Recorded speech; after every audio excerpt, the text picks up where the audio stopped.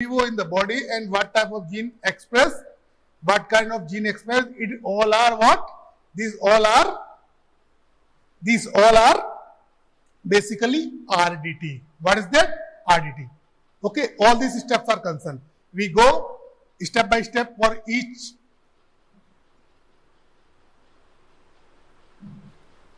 one. Okay. Now first step is isolation of desired piece of DNA. Isolation of desired piece of DNA.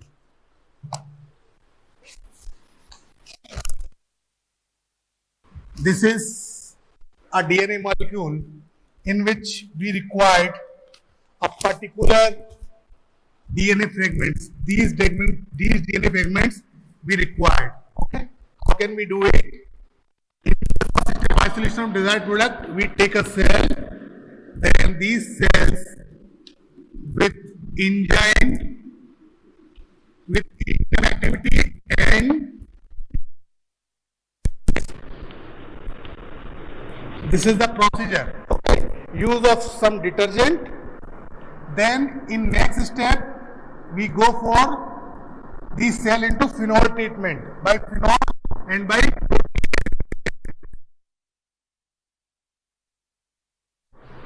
and with the help of ribonuclease enzyme,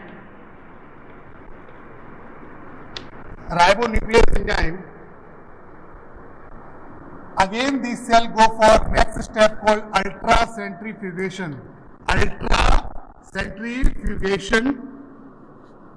You know what is ultracentrifugation? That we can centrifuge a molecule, centrifuge a cell in particular RPM, revolution per minute. So due to this, according to the density of the different molecule, they can sediment at the bottom of the test tube. Okay? So this is go for ultracentrifugation process. After then, these product being treated by chilled ethanol,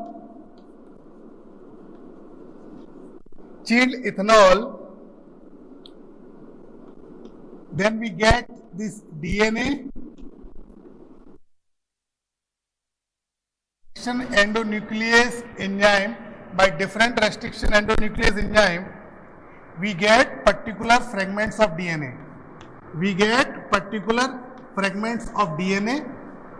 Okay, and by the process called electrophoresis, we get multiple desired copy of DNA. Then we identify a particular desired molecule by Southern blotting techniques. We identify a particular desired fragments of DNA. Understand what we do? First we take a cell, any cells, then we go for some different processes like uses of different enzymes and detergents, by uses of phenolproteases, by uses of ribonucleases.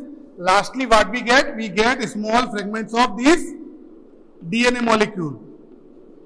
Okay. And we can isolate a piece of DNA.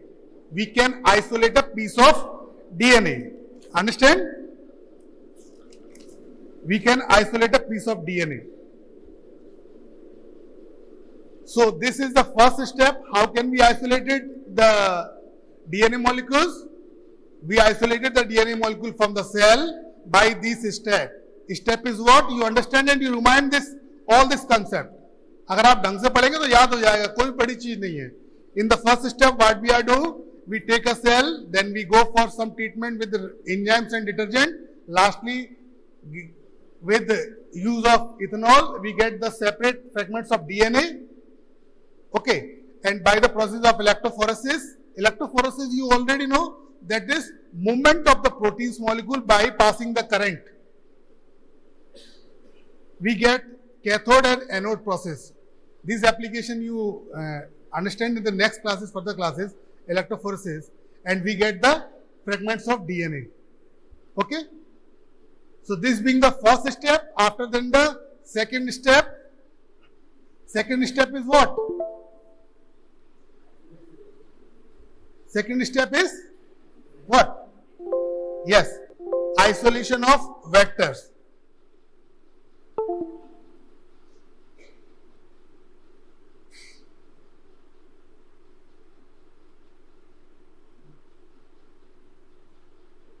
अभी step by step चलते हैं. Isolation of vectors.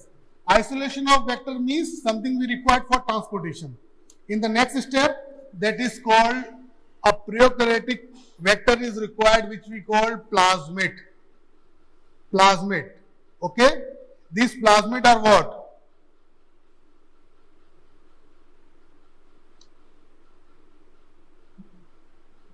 These plasmid are double-stranded DNA molecules.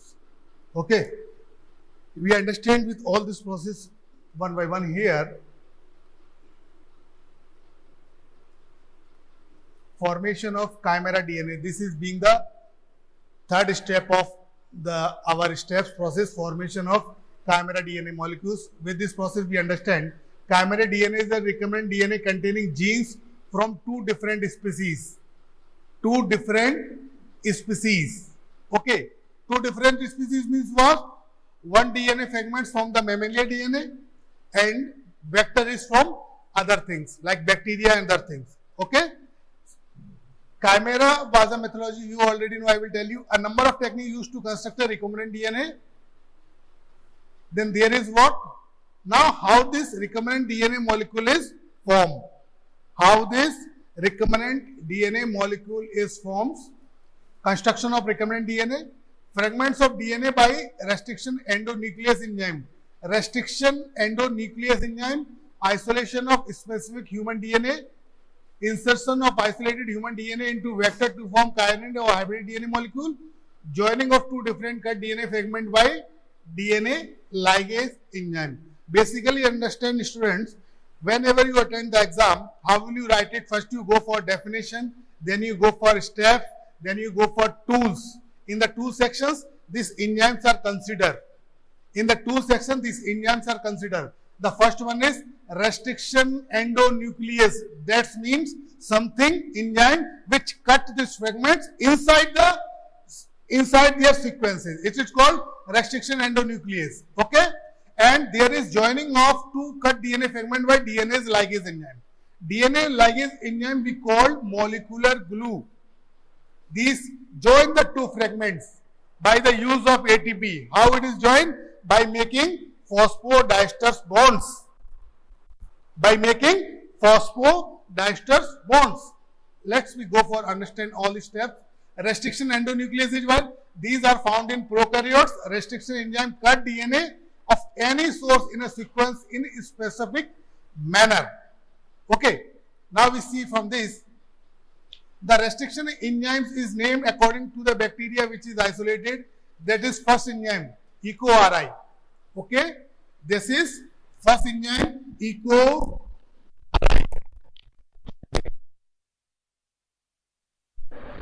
Step, the first one is called genus, second one for species, third one is for their order. Okay. These name according to these sequences. Okay, according to these sequences, Eco are first, Escherichia coli. This is called the genus of this particular bacteria. Okay, and first one is just like BAM-H1. This is Bacillus amyloliquefacciens. These all are the bacteria which produces restriction endonuclease enzymes which we use for making cut of the DNA. Okay. Now understand, restriction endonuclease recognize specific base sequences of double helical DNA. Specific base sequence of double helical DNA. There are basically two kinds of DNA, exonucleases and endonucleases. Okay, you already know.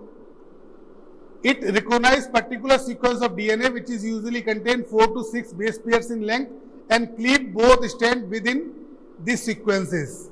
This is the use of this restriction endonuclease enzyme. What they do? They specific, वो identify करते हैं एक sequence को, वहां से उसको cut कर देते हैं. They can cut a specific sequences. Most of the DNA sequence recognized by restriction endonuclease are palindromic. Palindromic, that is both strands of DNA have the same sequence when read in 5 to 3 prime direction. When read in 5 to 3 prime direction. Now you understand the restriction endonuclease, how it is work. restriction endonuclease enzyme, first you understand the palindromic sequences. You already know that every base pair, every sequence, every DNA sequence containing a base pairs. Okay, so these are the base pair like G, A, T, T, C. Okay, which are 5 prime to 3 prime. Okay, now it is 3 prime to 5 prime. The sequence is C, T, T, A, G. Okay, this is 5 prime. Now understand what the meaning of palindromic sequences. When you read these sequences from same, it is same. It is same. Now you more understand. You read these terms. What is that? Madam, when you read from this direction, it is madam. When you read from this direction, it is not sir, it is madam. Okay, this is called palindromic sequences. When you read from any direction like 5 prime to 3 prime, 3 prime to 5 prime, the sequence is same. Okay, so they identify the palindromic sequences. Okay, both standard of DNA have same sequence when read to 5 prime to 3 prime, 5 prime to 3 prime or 3 prime to 5 prime. Then they cut the specific sequences. Now understand actions of restriction endonuclease, how it cuts. You understand the basic methods.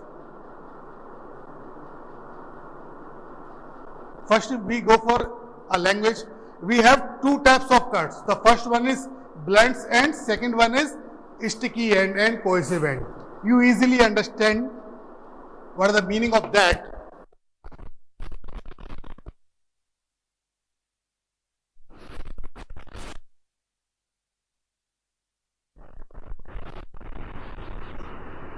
This is the DNA sequences.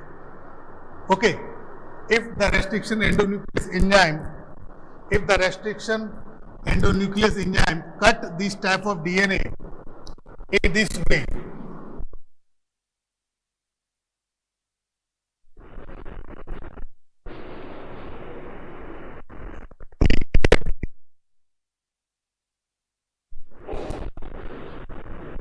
so this end is called blunt end. What we call blunt ends. Okay, if this is sequence cut in a different way, like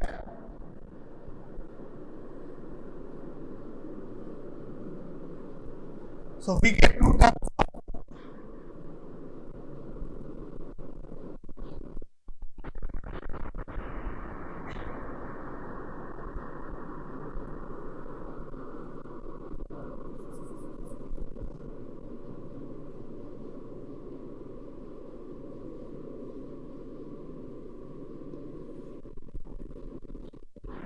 This is called cohesive end.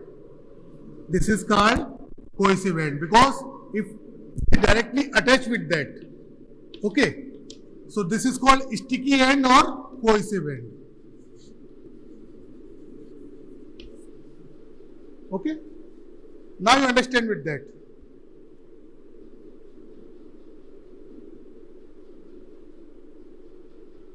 Now you understand with that. Some restricted endonuclease cleave both strands of DNA so as to leave no unpaired bases. No unpaired bases on either side. These end often is called blunt ends, and some restriction endonuclease make staggered cut. Staggered cut, such kind of cut called staggered cuts, and these strands leaving 2 or more 4 nucleotides, one of strand unpaired at each resulting end.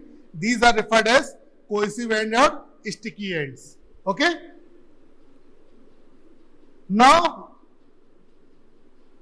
how this form? Now you understand action, how these blunts are formed, how these cuts are formed. We understand with this. This is our enzyme called restriction endonuclease enzyme, and we get these fragments. These are the 2 fragments after cutting in these sequences 5 to 5 prime. These are called sticky ends. Okay, these are called sticky ends because some of the base pairs are remnant. Which some base pairs are remnant? TTAA are left out. AATT are left out. Okay, so these are the basic concept you understand. These types of cut is known as sticky ends. How these cuts we make? By the use of restriction endonuclease enzyme. How this restriction endonuclease are comes? By Escherichia bacteria. Okay, this we get the first tool. Understand? We cut the DNA fragments in sticky ends formats. Okay, by the use of enzymes, restriction endonuclease. Now in the second step, by the use of enzyme, second one, we cut the DNA fragment in blunt ends. There is no specific base pairs are remnant out. These ends are called blunt ends. Understand? By restriction endonuclease enzyme, we cut the DNA fragments in two ways. Now in the next step, we isolate the human DNA. This being the first step we already discussed. Once DNA being cleaved into fragment of restriction endonuclease, a particular fragment can be inserted by separate by either by electrophoresis or HPLC. HPLC we call high pressure liquid chromatography. High pressure liquid chromatography. What we are do in the first step, first we cut our DNA and we cut the specific sequences. Okay, then we go for electrophoresis for production of different copies of our DNA. Okay, now insert the isolated human DNA into vector to form chimera or hybrid DNA molecules. Chimera or hybrid DNA molecules. Now vector is what? Vector is the things in which we can insert this fragment piece of DNA. Okay, and how can we choose a particular vector? According to the size of our sequences, how much we get inserted 3 to 5 base pair sequences, we can insert it 5 to 30 base pair sequences, we can insert it 25 base pair sequences, either we can insert it 30, 300 base pair sequences. And we have different types of vectors like plasmid, cosmid, bacterial artificial chromosome. Okay, so all these are different types of vector. Bacteriophage, cosmate, yeast artificial chromosome. Okay, after the making of different copies of desired fragments of DNA, we want to choose vector. The first vector is plasmid, which is double-stranded, extra chromosomal material. Double-stranded extra chromosomal material and independent respiration.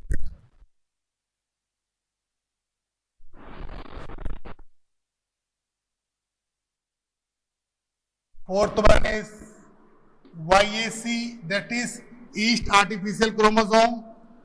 Fifth one is BAC, bacterial artificial chromosome. And sixth one is MAC, that is called artificial chromosomes. All these are the vectors and we choose the vector according to our desire. That means how much base pair sequence we have. हमारे पास कितने base pair का sequence है उस हिसाब से हम vector को choose करेंगे. This is for 3 to 5 base pairs. This is for 15 base pairs. This is for 30 base pairs. Okay, this is more than 30 and this further on. We choose according to our base pairs. We choose these vectors. The specific selected fragment of DNA of human genome is inserted into the vector. Here we vector called carrier. Carrier means what? Something which is transport. हमें करना क्या है? हमारे fragments को हमें host cell में पहुंचाना है. Okay. So for that we choose a vector. Now joining of two different DNA fragment by DNA ligase enzyme. These DNA ligase enzymes required ATP because these may make phosphodiesters bond. And we already called this DNA ligase enzyme is called molecular glue. Okay? After the fragment of DNA,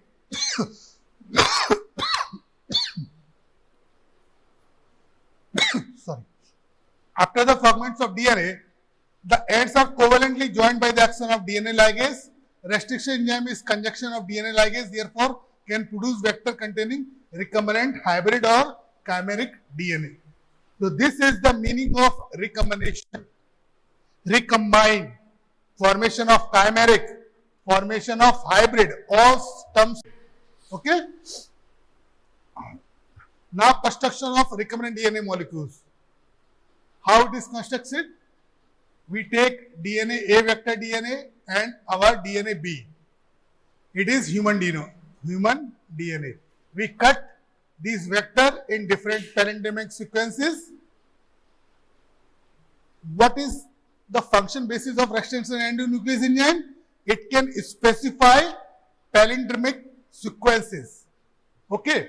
By this cut, by uses of this restriction endonuclease enzyme, this can cut the DNA molecules, and these, you understand, these can produce sticky ends. This is the cut. This is the cut. Okay. And by DNA ligase enzymes, this can combine it. And there is a formation of recombinant DNA molecule. Recombinant DNA molecules. So which one is the tool for recombinant DNA molecules? The first one is enzymes, restriction endonuclease enzyme, DNA ligase enzyme, second tool, third tool, vectors. Okay. After the formation of recombinant DNA molecules, we go for cloning. Cloning means what? Cloning means what? Production of multiple copies of particular material. It is called cloning.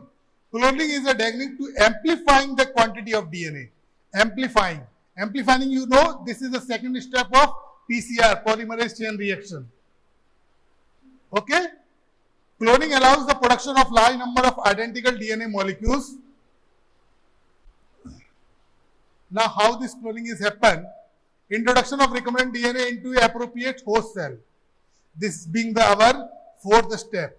This is being our fourth step of this technology, that is selection of host cell. After the formation of these chimera molecules, after the formation of these chimeric molecules, we go for inserted this molecule into a different cell. The recombinant DNA inserted back into the bacterial cell by the process of called transformation. Host cell that contain recombinant DNA are called transformed cells. Okay. Now in the next step, these amplification of these recombinant DNA molecules, amplification of these DNA molecules, the host cell containing recombinant DNA are incubated under condition in which they replicate rapidly. As the host cell divided, in addition to replicate their own DNA, they also replicate the DNA of the vectors, which includes the human DNA,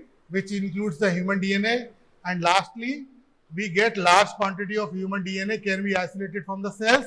If the host cells are grown under condition permitting expression of human DNA, the human protein produces this DNA can be isolated.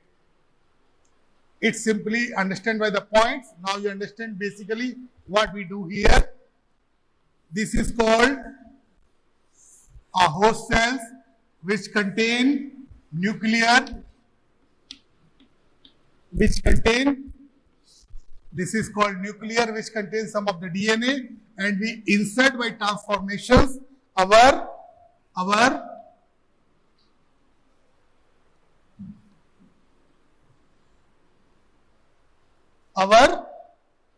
vector molecules, our chimeric DNA molecules.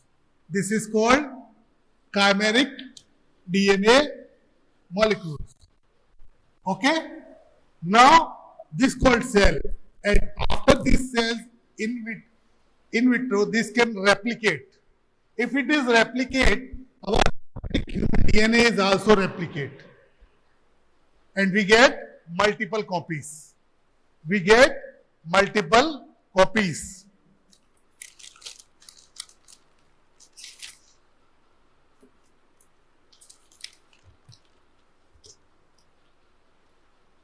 We get multiple copies of that. You understand with that? This is the site of cleavage. This is plasmid. We take vector and we cut this vector into particular sequences. We also cut the human DNA, which can be isolated by enzyme restriction endonuclease. We can cut it. We already understand. I think all of you understand this diagram.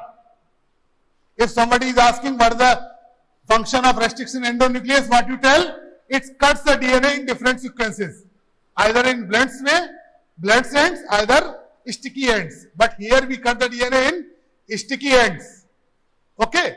What is the meaning of sticky ends? If some base pairs is left out, you easily understand like that. अगर इस तरीके से कोई sequence है, उसको इस तरीके से ज्वाइन करना है, तो ये जो बेस पेयर है ये लेफ्ट आउट कर रहे हैं. ठीक है, ये हो गया स्टिकी एंड. अगर इस तरीके से कट हुआ है directly, it is called blunt ends. Okay, we cut our DNA, we get cleaved plasmid, we get DNA fragments. Now we annealing and ligate, मतलब इनको जोड़ना है. इन जोड़ने के लिए कौन सा एंजाइम आएगा? DNA ligase. What is the function of DNA ligase? It make phosphodiesters bonds. Okay, now here this is called chimeric molecules. There is a formation of these chimeric plasmic recombinant DNA molecules. After then we take a host cell. This is called host cell. After chimeric molecules, this is host cell. We insert this our chimeric DNA into the host cell. You understand with that? And there is now replication processes occur and we get bacterial are grown to amplify recombinant DNA molecules. If now our desired is here, what we are want? If we want DNA, we can isolate different plasmids in more quantity. If we want protein, then we use this recombinant DNA in a different way. We put in a body, then it express to produce different proteins. If I ask how the insulin is produced, it is produced by genetic expression, na? It is produced by genetic expression. If we insert this recombinant DNA molecule in the body, then it produces different proteins. Okay. By again cleave of restriction endonuclease enzyme, we get cloned human DNA. We get different copies of DNA in the last diagram. I think you all of you understand. So revise again what we do here. What we do here, first we have plasmid. Plasmid, you know, there are separate types of plasmid. Cosmid, plasmid, bacterial artificial chromosome, yeast artificial chromosome, mammalian artificial chromosome. We can cut it according to our desire. And we also cut human DNA, which we get to clone. Okay? And by DNA ligase enzyme, we can join these molecules and DNA plasmid molecules and we get our chimeric DNA molecules. We get chimeric DNA molecules. Okay? And after then we transform this into the bacterial cell wall, which is further going for cloning process. Cloning means we produce multiple copies of these cloned human DNA molecules. Understand? So these all are the techniques. Generally for the host cells, we take prokaryotic E. coli. Okay. In eukaryotes, we take fungi, plant cell, mammalian cells. Okay, in prokaryotes, we take E. coli. And how this gene transfer? Gene transfer by different method. That first method is transformation. Second method is transduction, write it. Second method is transduction. Third method is electrophoresis. And fourth method is gene gun technique. Gene gun technique. Gene gun technique. Gene gun technique.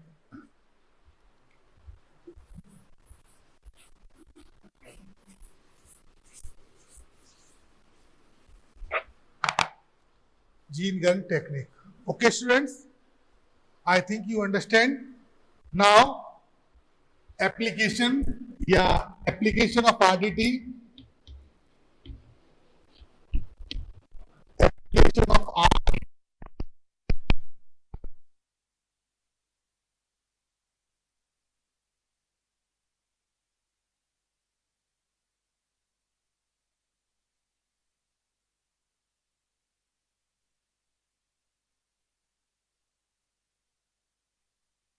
तरीके से तो use काफी है, लेकिन medicine के relation में कैसा है? The first one is molecular basis of the disease. We will treat many of the disease in molecular basis by the use of this technique, like familial hypercholesterolaemia, sickle cell disease, thalassaemia, cystic fibrosis and muscular dystrophy. Okay, this is the first. And also there is one important disease is also treatment which we call severe immune combined deficiency. Severe combined immunodeficiency, SCID. SCID is a disease of which metabolism? SCID is a disease of which metabolism? Nucleotide metabolism. Okay. First one is generally the first product is formed is called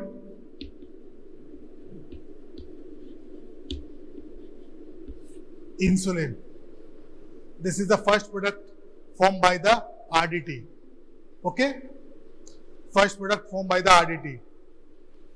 As you know how it is formed, the sequences of these having different sequences.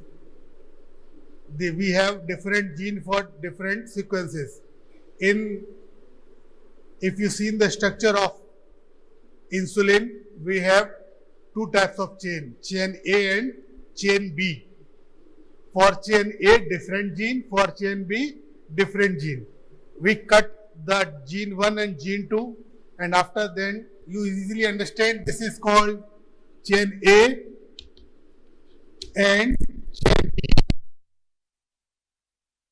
For gene A and gene B, and we insert into the vectors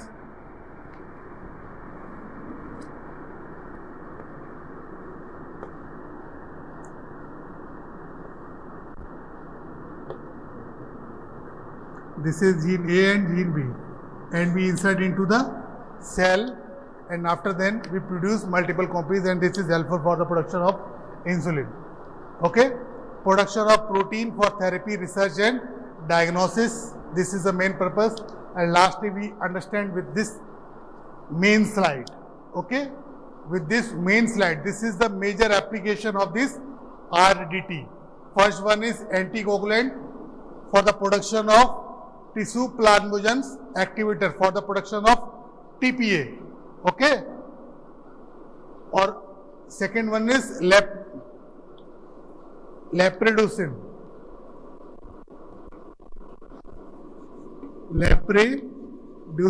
It is a anticoagulant. Okay, lepredosin.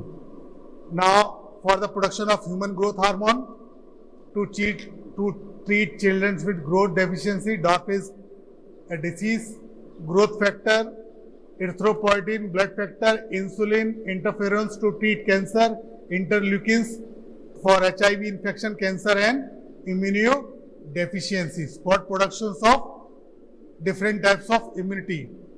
We have two types of immunity. Which one?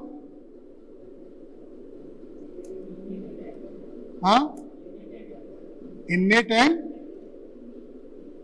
cell-mediated immunity and humoral immunity. Okay, cell-mediated immunity and humoral immunity. And we get superoxide dismutate. Basically, superoxide dismutate is called SOD. SOD is called antioxidant. What is the function of antioxidant? It acts as a scavengers. We can this antioxidant used for different anti-aging purpose, prevent tissue damage from ROS, reactive oxygen species, protein for diagnosis like different other diagnosis, and lastly vaccines. There is DNA vaccines are there. DNA vaccine are there which is produced by this RDT, which is helpful in the case of hepatitis. Hepatitis. These vaccines are used to treat hepatitis B disease, and it is mandatory for healthcare workers. Mandatory for healthcare workers. Okay, and so more on research work is proceed on.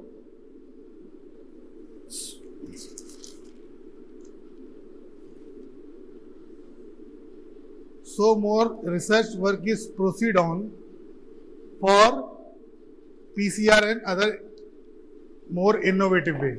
Okay, so here RDT is over, your recombinant DNA technology is over. Now we summarize this topic.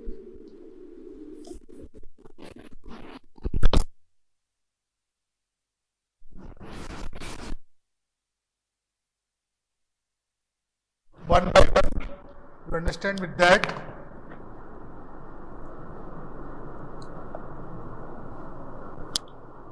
RDT.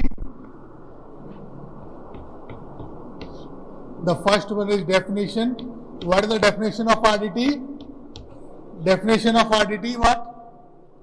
It is a procedure of genetic manipulations, genetic material according to our desired in predetermined way. In predetermined way. Predetermined way means what we are wants. If we want such products, we use generally expression. We go for expression of these genes. Okay? If we want cloning, our way is determined. So this is called definition. That is manipulation of genetic material. Manipulation of genetic material to get a desired product according to predetermined way. Now steps. The first step is isolation of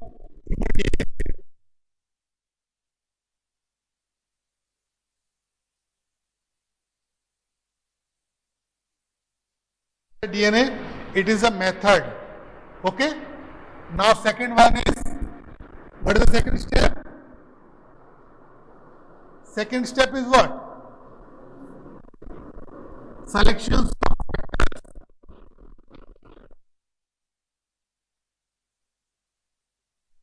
of vector. So we have how many vectors? Plasmid, coordinate,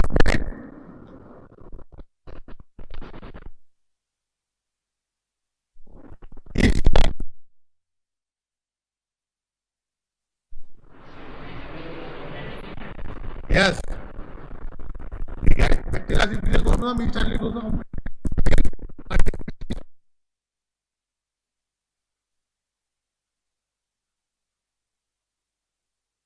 Chimera.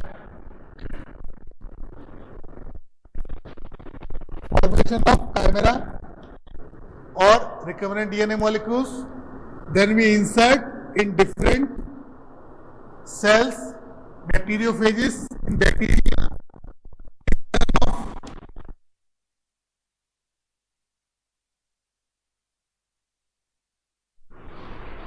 Insertion of recombinant DNA molecule. Fifth one is cloning.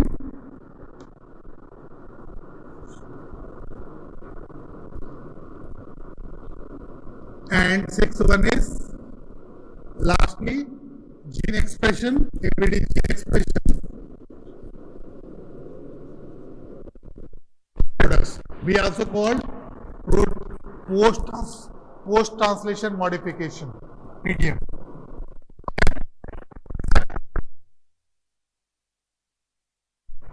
Okay, now these are the steps. Now tools. For this technique, what we required here tools, we required restriction endonuclease enzymes, restriction endonuclease enzyme, which we get from different bacteria. Escherichia coli 1. This is the first enzyme. Second one we already given here. HAM करके कुछ है, ठीक है? HAE. Okay. Restriction endonuclease enzyme. We get two types of enzymes: endonuclease and exonuclease. Endo and exonuclease. Now, second tool is vector. Third tool is DNA ligase. Fourth tool is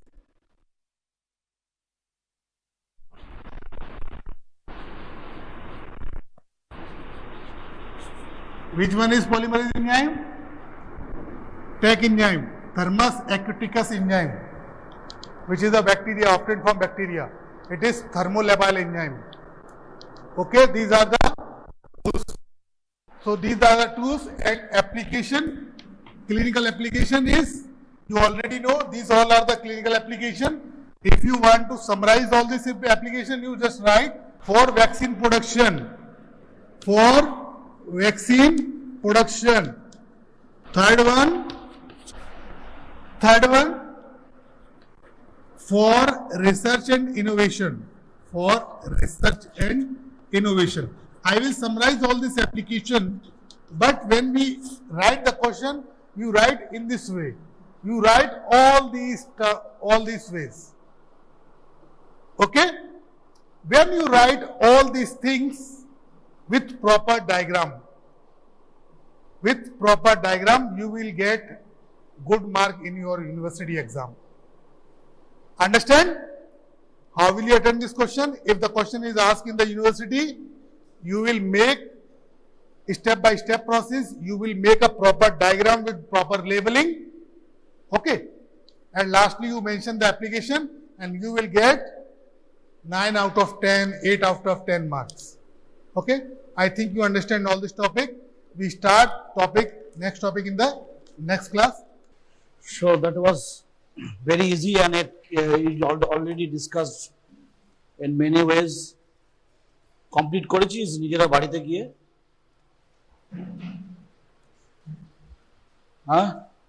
ball, what is the major cause of right-sided shift of the hemoglobin dissociation curve? বুঝে বল, H plus, that means alkalosis. Okay, fine. Then temperature. Then 2 dBD. আর কিছু? Temperature. আর তাহলে left সাইডের shift কি আছে?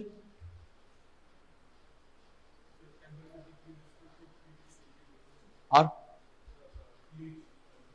Decrease acidosis. দেন fetal haemoglobin. কি হবে কি হবে না? ফিটাল হিমোগ্লোবিন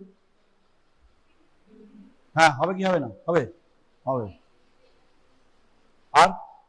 আর কিছু আছে? So hemoglobin dissociation curve is related to your chapters of RBC as well as to some extent in case of diffusion. দুটোকে কম্বাইন করে পড়বি। And what are the restrictive diseases? Anyone say obstructive disease of lung? COPD. Very good. What are the components of COPD?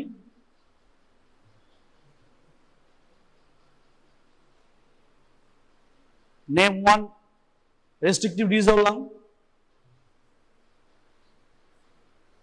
এগুলি viva? কি শুনলে ভুলভালই বলবি, না জানলে বলতে পারবি না। সো বুঝতে পার, প্যাথেটিক কন্ডিশন মনে হচ্ছে তোদের। দেখি এবার বাজিয়ে দেখি। তুই তোর পাশে বল, what are the components of COPD? You don't know. for the diffusion of gases like oxygen and carbon dioxide, what the factors are important? For the diffusion through our respiratory membrane. Don't know? Name one restrictive lung disease.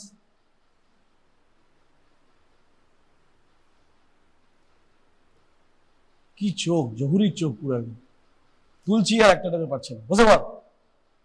পড়াশোনা করিস না? হ্যাঁ, এগুলো পড়তে হবে তো, এগুলো তো কমন, এগুলো তো খুব সহজ জিনিস জিজ্ঞেস করছি, আমার কঠিন দিকে যাই নেই।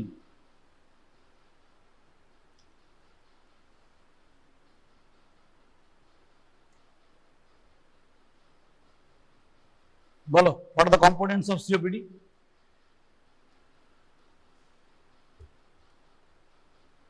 What are the factors for the diffusions through the respiratory membrane?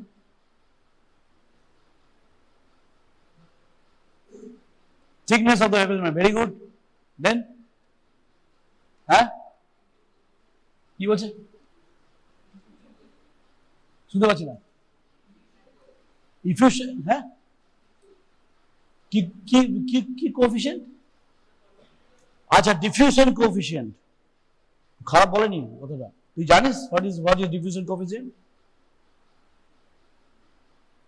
কে জানিস ডিফিউশন কোএফিশিয়েন্ট? চল আজকে এখান থেকে স্টার্ট করি, বুঝতে পার? So he utters the term without knowing anything. There is a diffusion coefficient through the respiratory membrane. That is very, very important. In fact, suppose a patient is having lung CA and is planning for the chemotherapy like the bleomycin, right? You have started, you are the oncologist expert.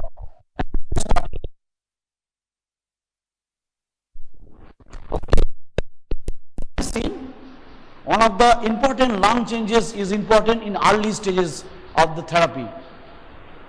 If that changes, then you have to either dose adjustment or you have to omit such dose, because it causes mainly the lung fibrosis ultimately. Lung fibrosis.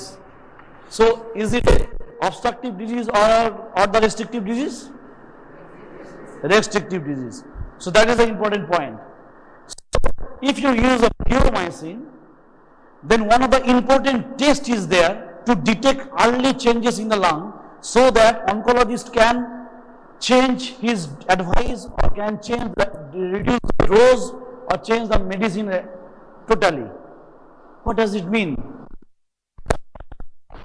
TCO. What does কি বলে এটাকে?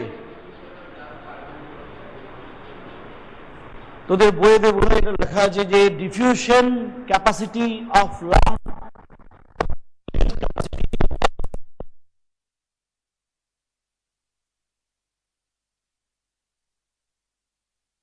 should be omitted, because I am coming. That term should be diffusion limited. That term must be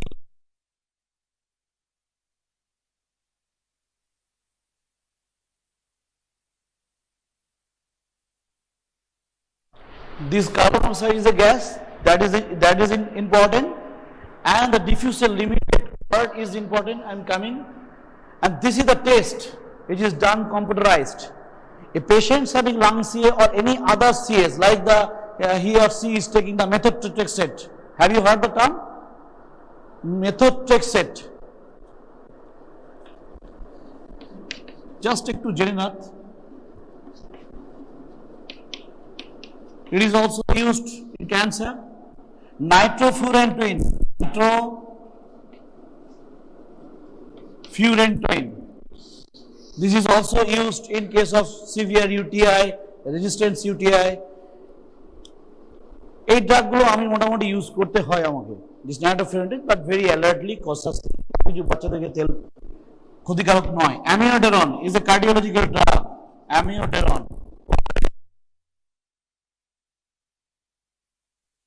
because these drugs all causes the pulmonary fibrosis, and so after using these drugs for many reasons, you have to go for the DLC first, because if the body changes to turn to lung fibrosis in the first or early stages, it will not come in the spirometry. You already know, in case of spirometry, you can differentiate between the obstructive lung disease and the restrictive lung disease, but there is not that in this case. DLCA gives the prior result to impending pulmonary fibrosis. That is important, very important test for us. Even if anybody wants to thoracectomy, আমি থোরাক্সটা কেটে লাংসের ভিতর কিছু কাজ করব, bypass surgery হচ্ছে, থোরাক্সটা পুরোটা কাটতে হয়, হার্টটাকে পুরো বের করতে হয়. That is also, this indication is important to detect whether normal or not. Third, if we need the lobectomy, lobectomy means লাংসের একটা লোব খারাপ হয়ে গেছে, লাংসের একটা লোব এখানে টিউবারকুলোসিস হয়ে খারাপ হয়ে গেছে, এই লোবটাকে বাদ দিতে হবে, কোনো কাজের নয়. Lobectomy, resection of lung or lung tissue must be DLCO, must be normal, or it must be more than 60% of the predicted value. তবেই আমি অপারেশন করতে পারবো, নাহলে পারবো না. I like to highlight that this test, that is the diffusion limited diffusion capacity, lung তোদের বই বই আছে লেখা, detect the normal level of that. Diffusions means throughout the respiratory membrane, key rate, in what rate diffusion is going on. That is important. We already know the diffusions between ki hoy oxygen jay, that is essential for the transport of the oxygen in the working tissue, right? We are taking oxygen, in the pressure difference is there. What are the difference in the atmospheric pressures? Now এইখানেতে মনে করো এইখানে চকটা যেখানে রেখেছি, its air partial pressure is how much?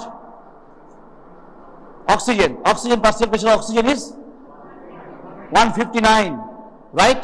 And inside the alveoli it is 104. So there is a difference. Why it is reducing? কেন কমছে কেন? 151 থেকে 144. Taking the moisture is good. Moisturization হচ্ছে, and there is also the dissipating the partial pressure during the passage through the conducting airways, right? Now this changes is there so that oxygen is inhaled, and then it comes into the alveolar level for the key diffusion. Simple diffusion is there between oxygen will go. কেন যাবে? Pulmonary circulations. What are the pressure? Partial pressure oxygen. Pulmonary circulation pressure, but partial pressure of oxygen in the pulmonary circulations.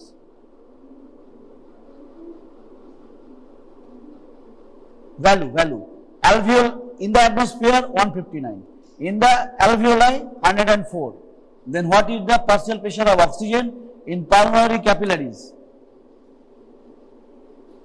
Anyone? Huh? 95. आगे 40. If এটা কথা বলছিস তো কি হয়েছে? বল, তুই বল, বলে fail. What are the pressures in the atmosphere of oxygen? Sit down. তুই না হো. Tell me, what is the partial pressure of oxygen in the atmosphere?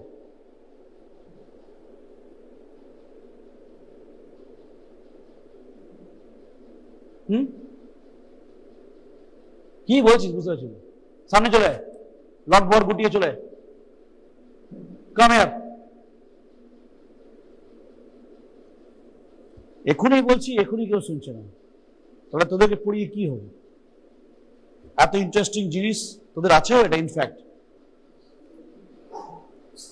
চলে তারপর শুনছি. বল, partial pressure of oxygen in atmosphere. মানে তুই যে এখন you are taking the respiration. What is the oxygen pressure, partial pressure oxygen? Huh? কি value বললাম, value দিয়েছি তো 120। দেখো খেলা দেখো, তারপরে শুনছিস না আবার বকবক করছিস, বুঝে বল। সো অ্যাটমসফিয়ার 159, অ্যালভিওলাই 104, একদম ইয়ে থাকবেন। Pulmonary capillaries 40, so that the oxygen is coming into the pulmonary circulation, then it is going to make it 95 to 97%. In our for the calculations is 100%. My 100% pressure of 95 to 97 millimeter of Ag is going on. In case of carbon dioxide, what is the pressure of the pulmonary circulation? 45, and in the alveoli it comes at a 40. So from the pressure, high pressure to low pressure is have to go. That means from the pulmonary circulation is go into the alveoli and then exhale out. It is the কাজ। সারা whole chapters are the target of that. This oxygen, particles of oxygen or oxygen carrying in how many ways? Transport by oxygen 3 ways, 2 ways. Kiki? Dissolved and oxyhemoglobin, right? So oxyhemoglobin is maximum, that is more than 98%, and 1 or 2% or 1.5 to 2% is a dissolved form. Now you tell me the what type of partial pressure, which is the important for the partial pressure creation? It is a dissolved form of or oxyhemoglobin form?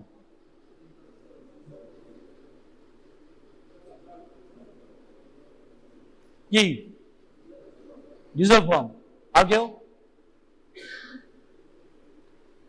আমার যে partial pressure of oxygen ওখানে 95 to 96 ultimately after the diffusion is creating, it is creating by which form of the oxygen? It is oxyhemoglobin, which is 98%, and only 1.5 to 2% is a dissolved oxygen. So tell me, which is the responsible for the creating of partial pressure? A বলছে dissolved form, dissolved form কি?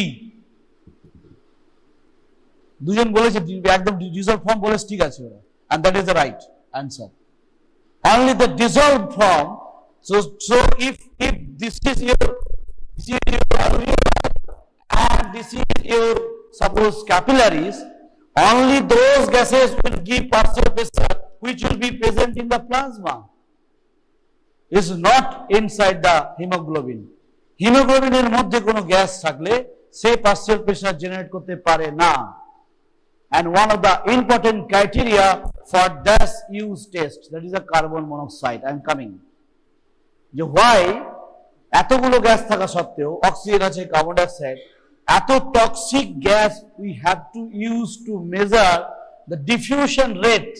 তাহলে এই যে আমার diffusion হচ্ছে in the level of respiratory membrane, this is measured by the DLCO. That means mainly you have to understand diffusion limited. Now the term I am coming, what is the diffusion limited means? Why I am emphasize on this diffusion limited? So any gas have two property. Any gas has either one or another. One is diffusion capacity. So gases have limited, gases having limited. বোঝা যাচ্ছে কেন? নামগুলো বলে দিয়ে যাবে। এখনো পর্যন্ত diffusion limited এর জন্য CO, that is carbon monoxide gas, and perfusion limited is O2 and CO2. Diffusion limited means কি? Diffusion limited means that gas, it's continuous diffusion through the respiratory without equilibrating between the alveoli and pulmonary circulations.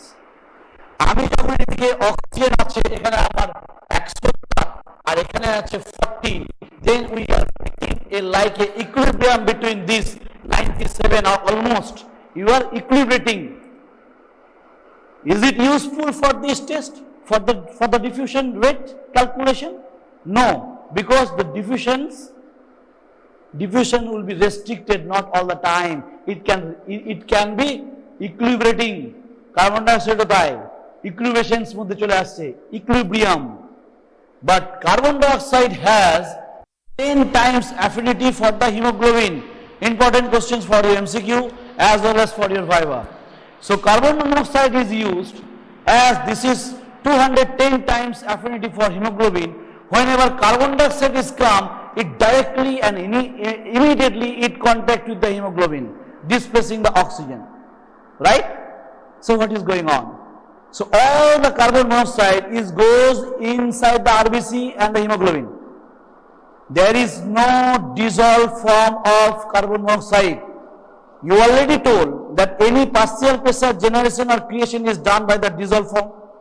So if carbon monoxide, if there is no dissolved amount, so there is no questions of creation of partial pressure gradient. তাহলে আমার partial pressure যদি এখানে আমার মনে কর 60 আছে, carbon die অক্সাইডে 60 আছে, তাহলে আমার কখনোই এখানে 60 কখনোই হতে পারবে না, কারণ it is near zero. It is near negligible because there is no dissolved form of carbon monoxide in the dissolved form. It is connected to the hemoglobin from the carboxyhemoglobin, right? Why?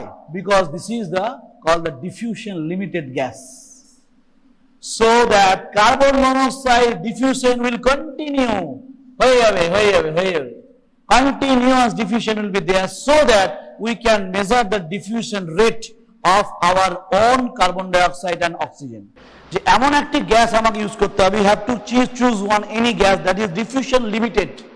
That's the term DL, not the diffusion capacity of the lung that is written in your book. But the main concept where come from diffusion limited means what? Choose one gas which is continuously diffusion to the respiratory membrane. Simple, our aim is that. If not, then we can't calculate the diffusion rate of carbon dioxide and oxygen. আমার যদি diffusionটাই বন্ধ হয়ে যায় একটা সময় and it making the equilibrium between these two levels, then there is no question of measurement of rate. So we are choosing such a gas having the diffusion limited, which has a higher affinity for the hemoglobin. So it goes directly inside the RBC and connect to the hemoglobin, so that no gas is inside your plasma or pulmonary circulation. So that if I write that pressure and this is a pressure gradient,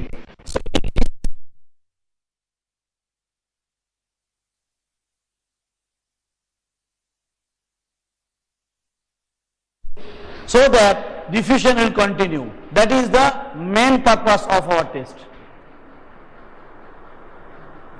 The main purpose of using this carbon monoxide, not the helium, not the your oxygen is there, because they are continuous diffusion of an they will equilibration will come, because they have no such affinity for the hemoglobin that will there is no questions of any dissolved carbon monoxide.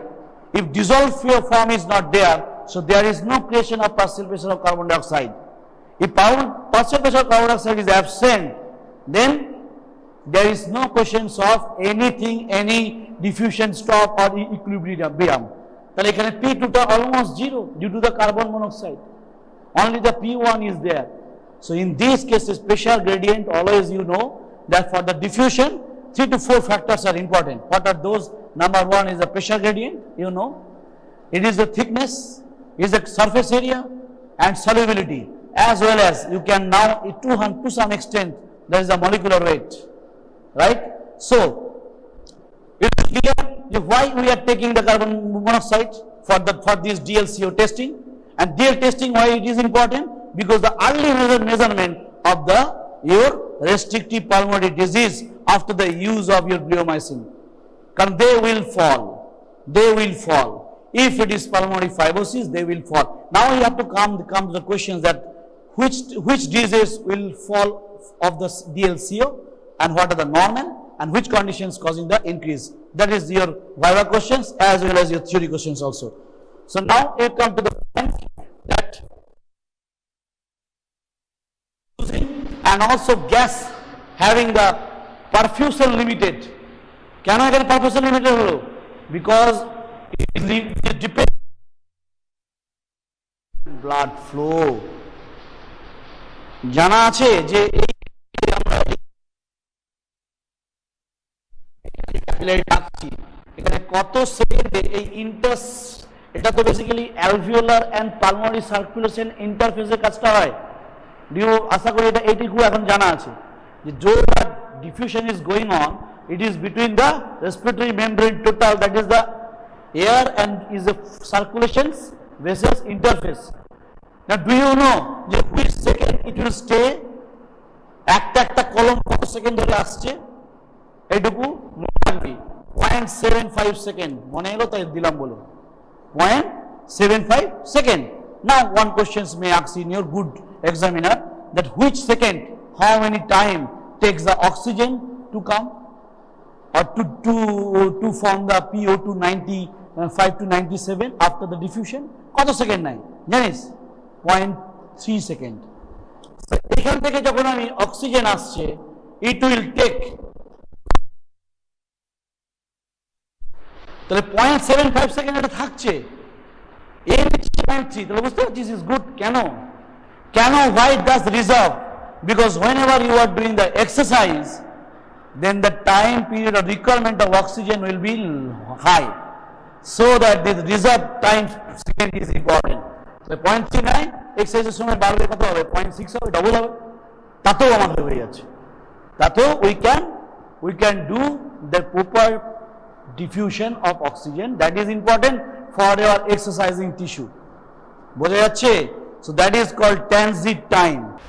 So respiratory chapter, each and every point is important if you want to understand, and whenever you understand it will be very easy like the physics. There is no questions of any memorizations etc. So 0.75 and it will take 0.3 for the equilibrium or the dissolved form and oxyhemoglobin form 0.3 second মাত্র লাগছে oxygen. I am not going details into carbon dioxide etc. gases. Why it is reserved? It may be asked because whenever it needs some more oxygen to be dissolved or more oxygen to be bind to the oxyhemoglobin for the carrying up to the tissue level, then that is the reserve time is there. তাহলে অতক্ষণ পর্যন্ত আমার গ্যাসটা যাচ্ছে ব্লাডটা থাকছে if need for the more dissolve of oxygen because whenever you are exercising then oxygen is coming inside is much more. There is no question of that. If much more oxygen is there and the partial pressure is much more, then time taken must be much more than 0.3 second. It is already there. Normally it is 0.75, so it is absolutely normal, so that we can do for some exercise. তাহলে আমরা exercise করতে পারি এই জন্যই পারি যে exercise করলে আমাদের বিশাল কিছু একটা পারফিউশন মিসম্যাচ হলো না। So to reach the oxygen level at the tissue level required level, that is the main motto of this chapter. So for that reason 4 things are very important. Number 1 is the proper ventilations, number 2 is a diffusion, number 3 is a diffusion perfusion matching or coupling, and also the transport of the gases. These 4 things are important for all throughout this chapter. কি একটা বললাম কি ventilations. What do you mean by ventilations? Is coming here diffusions and out. This is ventilation, not oxygenations. As well as these are diffusion proper, and then ventilation perfusions coupling. What is mismatch, then problem will be there. And then this transport already discussed in the previous class. The carbon dioxide in the 3 to 4 forms, and mainly the 3 forms, and then oxygen in the 2 forms. Carbon dioxide কোন format transport হয়? Last bench. You tell me, what are the forms for the transport of carbon dioxide in our blood? Bicarbonate form, very good. Then dissolved form, very good.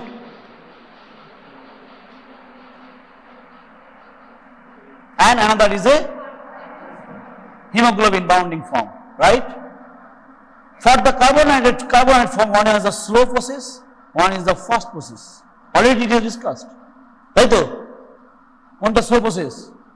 যেটা ব্লাডের মধ্যে হচ্ছে, there is no enzyme, there is no carbonic anhydrase enzyme. But in case of inside the RBC, there is carbonic anhydrase. It's a fast process to dissolve the bicarbonate ions. Okay, so in this way you can detect the carbon dioxide each and every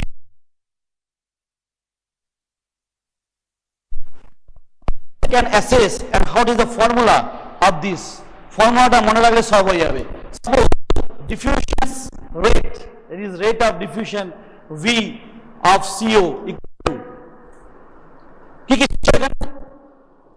কি ছিল surface area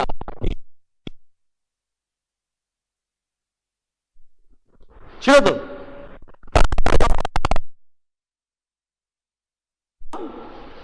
molecular rate as a pressure, right? This is the rate of ventilation, rate of diffusion.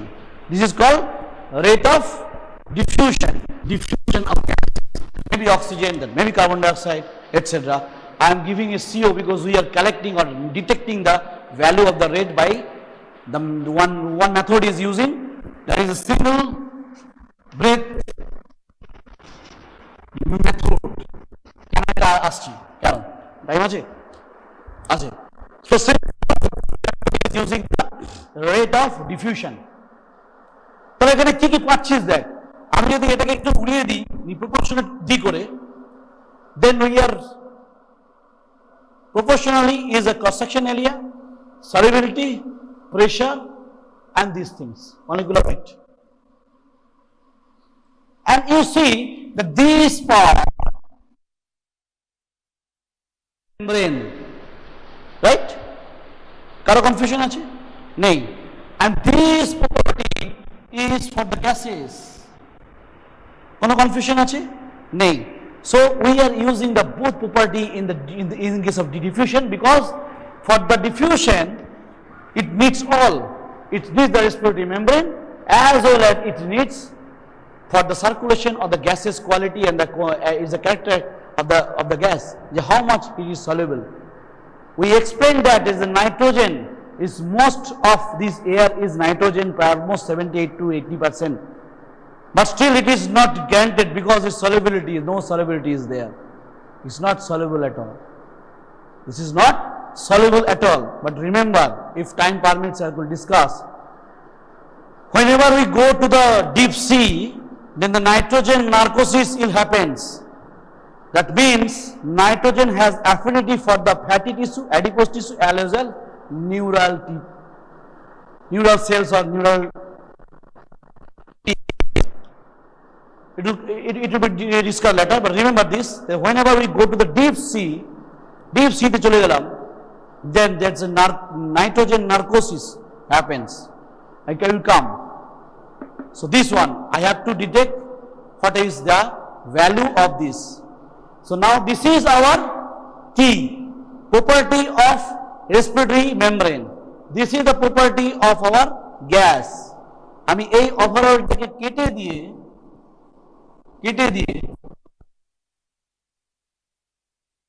এখন DL or CU. DL তাহলে কি হবে তাহলে V pressure change equal to DL. কোনো confusion আছে এটা নিয়ে? কোনো কনফিউশন নেই. So that is the formula. তাহলে রেট অফ যদি আমি বলি যে ডিফিউশন ক্যাপাসিটি তাহলে বলতে হবে যে rate by the pressure gradient is equal to DLCO. তাহলে ডিএলটা পেলো কোত্থেকে? এটা পেলো আমার property of respiratory membrane as well as property of gases. Property of gases means solubility and the molecular rate, and property of respiratory membrane means cross sectional area and thickness of the respiratory membrane. After doing this one, and we can say that which diseases causes the decreased DLCO and which diseases causing the increased DLCO. একটা করে আসি, কমবে কিসে বল? কমবে কিসে? Anyone? Emphysema ও বলেছে, emphysema কেন? Surface দিয়ে এটা কমে যাবে, ঠিক, একদম ঠিক। দেন কে বললো? পালমোনারি ফাইব্রোসিস, কেন? থিকনেসটা বেড়ে যাবে, তাহলে এটা কমে যাবে। তারপর হ্যাঁ বল, পালমোনারি এডিমা, ঠিক, পালমোনারি এডিমা হলে এখানে এক্সচেঞ্জ দেরি হবে, থিকনেস বেড়ে যাবে, থিকনেসে বেশি আসতে হবে, কমে যাবে। দেন হ্যাঁ বল, বল হ্যাঁ, নিউমোনিয়া কি হয়? হ্যাঁ, থিকনেস বেড়ে যাচ্ছে, পারতে পারে, not so much. Thickness is basically not in case of low wise হয়তো not so much, but you can say, but not properly, it is not decrease at all. Then any other? তাহলে এখানে বুঝতে হবে কয়েকটা জিনিস, যে what are the factors causing the change of diffusion. Diffusion আমরা এখানে কিভাবে চেঞ্জ করতে পারি? একটা করতে পারি রেসপিরেটরি লেভেলের প্রবলেম হতে পারে, আর একটা হতে পারে যে এখানে পারফিউশনটাই গন্ডগোল, বেশি বা কম। তাহলে এতক্ষণ ধরে তোরা বলছিলিস অ্যালভিওলার লেভেল অনুযায়ী, that is a thickness, that is cross sections. না, দুই একটা ভাব যে যেগুলোতে আমার পারফিউশনের প্রবলেম হবে, মানে পারফিউশন কম হবে, কিসে? পালমোনারি এডিমা তো ওই বলে দিয়েছে অলরেডি। দেন এম্বোলিজম, এইখানে দেখে আটকে গেল, আর আসবে না। তাহলে কি হবে যদি আমার ডিফিউশন হয়, বাড়বে কি কমবে? ডিফিউশন যদি না হয়, ডিফিউশন রেট আমার কমে যাবে, হবে কি বল কিছু? কার্বন মনোক্সাইডটা নিয়ে ভাব, কার্বন মনোক্সাইড কি করছে? Directly they are coming into the haemoglobin, there is no questions of any dissolve or anything in the plasma is there, it is only come. ওর কি, ওর কাজ হচ্ছে শুধুমাত্র এখানে এসে ফটাস করে আরবিসির মধ্যে ঢুকে গিয়ে 210 times affinity for the haemoglobin is there, right? তাহলে আমার কি করছে না, আমার যদি এখানে আটকে যায়, তাহলে আমার তো এখানে ব্লাড আসছে না, তাহলে আরবিসি লেভেল আমার কম আসছে, তো সেখান থেকে আমার হতে পারে anaemia, RBC mass is less, so there is less haemoglobin, so less carbon monoxide diffusion will be there. তো ভাবতে হবে, তাহলে কমার মধ্যে কি গেল? গেল, আমার অ্যানিমিয়া গেল, আগে আমাকে এমফাইসিমা বলেছিস, এবারে এমফাইসিমাটা বলতে হবে। সিওপিডি বললে একটু চাপ আছে, কেন চাপ আছে? Because COPD has the to property is there. One is bronchitis, chronic bronchitis. This bronchitis is a part of the bronchus. There's no question of any alveoli changes. Asthma, in early stage of asthma, there is no change of any DLCO. But in case of asthma, কয়েকদিন আগে একটা এসেছিল patient, is a developed or established stage of end stage of asthma at the age of 14 years around. কিছু করেনি, টুকটাক করে আর steroid খায়, কোয়াককে দেখায়, and some also passing from the private medical colleges and they are treating the long term steroid, but that identify করতে পারেনি যে তার stage is last, so they come repeatedly and now someone is still that he will die. No, he will not die. So these are status, asthmaticus presentation was there, and so late stage of asthma causing what? Causing the increased DLCO. Why? Because one of the term is important, that is the neovascularization. যেমন diabetes পেশেন্টদের কি হয়? Diabetes, long term diabetes is causing the neovascularization in the retina, that's causing the retinal hemorrhage and blindness. In that asthma cases also, recruitment of the new vessels will be there for the different reasons. I am not going details into that. And so that the blood vessels and blood will come, new blood vessels তৈরি হয়েছে, বেশি করে blood যাবে, বেশি করে blood গেলে basically ব্লাডের কলম তৈরি হবে, বেসিক্যালি কলম তৈরি হলে বেশি ডিফিউশন হবে, simple, right? So if it is that will increase. আর কিছু ইনক্রিজ হতে পারে, পলিসাইথেমিয়া, আরবিসি মাস বেড়ে গেছে, আর কিছু হতে পারে, আচ্ছা, আর একটা বিষয় কমতে পারে, একটা বড় জিনিস হয়ে যাচ্ছে মিস, এনি স্ক্লেরোডার্মা নাম শুনেছিস?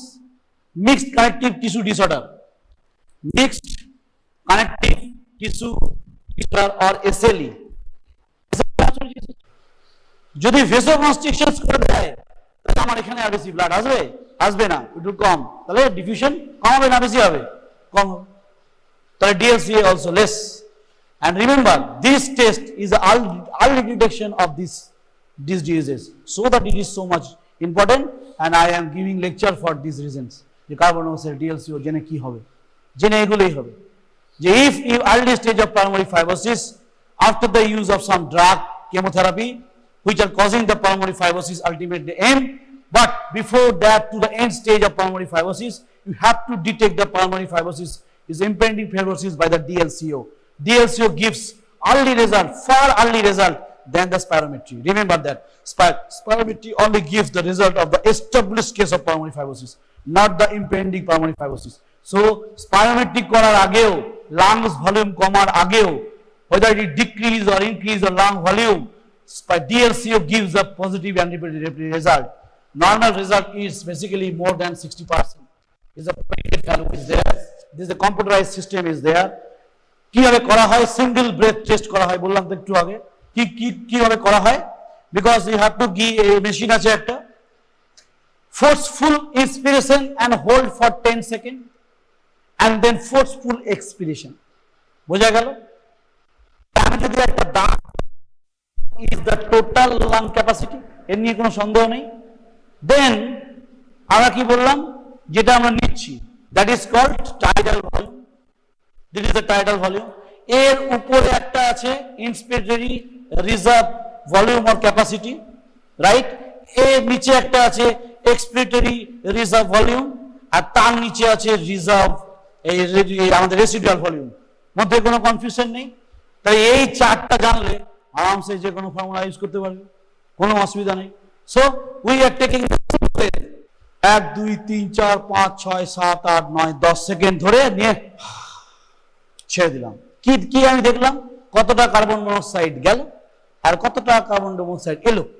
That is the difference, that is the difference of carbon and that is the part is goes to the blood. আমার যত গেল আর যত এলো তার বাকিটা আমার ব্লাডে গেছে, তো দ্যাট ইজ আমাদের diffusion rate will come out. Now question is that এই বেটের মধ্যে কি থাকবে? বেটের মধ্যে থাকবে সেটা হচ্ছে মাত্র 0.3% of CO, 10% of helium, and rest of is oxygen and nitrogen, যা খুশি দিতে পারিস। This portion is less, too much less, so there is no question of any carbon monoxide toxicity. You already know that carbon monoxide toxicity is very dangerous. কেন? It is 200 times high affinity for the hemoglobin. পুরো অক্সিজেনকে displace করে দিয়ে সে কিন্তু পুরোটাই occupy করবে and mismatch of the tissue level and patient may die immediately within 1 to 2 minutes. একদম শেষ। So in this way single breath method is done by the computerized method to detect the DLCO. So DLCO means diffusion limited, not diffusion of lung. Diffusion limited means we are choosing that gases which has more than near 100% connections or joints of the hemoglobin, 0% in the dissolved form. So 0% means is not it coming equilibrium, কখনোই ইকুইলিব্রিয়ামে আসছে না। show that these gases is continuous to diffusion হয়ে যাচ্ছে, আমি red নিয়ে যাচ্ছি। বোঝা গেল? so I am ending, there is a diffusion capacity of carbon monoxide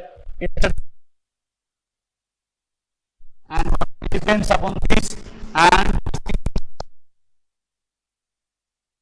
or mixed connective tissue disorder, even some drugs, bleomycin, amiodarone, and methotrexate, nitrofurantoin is causing the pulmonary fibrosis. So the early detection of that pulmonary fibrosis is detected by not spirometry, it is detected by DLCO. So that's why this is important. That's why it is much to understand in your next all throughout the life. বোঝা গেছে? In case of asthma also, it is not detected because asthma is a problem of the airways. But if late stages, due to the new vascular formations, new vessels are coming, so this is called the DLCO increase, right? Another increase point is there. কি বলতো সেটা? Alveolar hemorrhage. কিসে হয়? Any disease? নাম মনে আছে? কোথাও কোথাও আছে লেখা দেখবি। Alveolar hemorrhage is seen in Goodpasture syndrome. কোথাও না কোথাও লেখা আছে, পড়বি তোরা গিয়ে। Goodpasture syndrome is there. I'm not going details at all. And then this is the anti-glomerular basement membrane antibody is formed in the Goodpasture syndrome. এক মাস আগে একটা পেলাম with alveolar hemorrhage. With alveolar hemorrhage, we first my detection was there DLCO. DLCO করে আমার কাছে আসো। Absolutely, this is DLCO is increased. কেন? blood চলে গেছে। Alveolar blood আছে। That means this blood is coming to the pulmonary circulation for the diffusion of the carbon monoxide. So diffusion level will increase. So DLCO level is increased. That is the one. Another, pulmonary infarctions. Suppose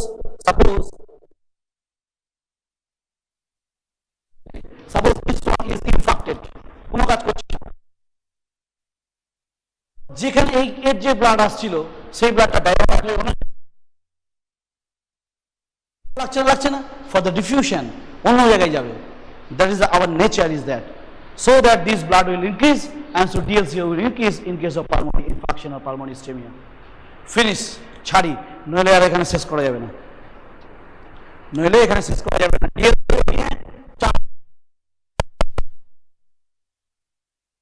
আমাকে আমার HOD বলেছে তুমি ডিএলসিও নিয়ে কতদিন class করতে পারো? আমি 4 মাস থেকে 6 মাস নিয়ে নেবো ক্লাসে। নেওয়ার দরকার নেই, তুমি একটা ক্লাসে ফিনিশ করবে। Fine. So go through this. This is important. And day-to-day life, clinical practice is very important to detect why to do spirometry, why to do DLCO. That is the main thing. It will take time. At the age of, after the passing my predicts, after passing almost 7 years, I can now detect the which is the early test to be done. That is the DLCO or the spirometry. Otherwise, in the previous year, I often read it in spirometry. Do its spirometry is more than 6 years. Nowadays, one of the another test is going on. That is FENO. নাম শোনা গেছে? নাম শোনা হয়নি। So it is less than 6 years. Not going details. Spirometry is done always more than 6 years of age. But less than 6 years of age, you can do this FENO. I do routine problems.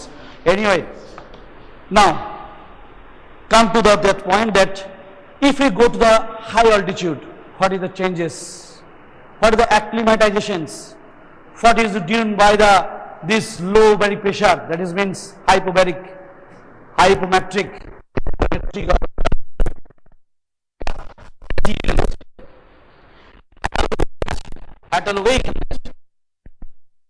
কি problem হবে?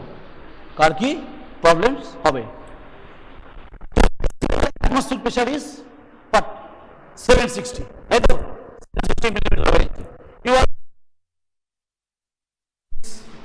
given by the partial pressure of nitrogen, partial pressure of oxygen, partial pressure of CO2, partial pressure of water vapor, everything is there. So in this case, this is the percentage, and FiO2, the percentage of oxygen is mostly the 21%, right? Now, what is the change in here? Is it change in the content of the oxygen? No. Percentage oxygen is same. Percentage of oxygen is same. Or you can say 20% also, but not less than that.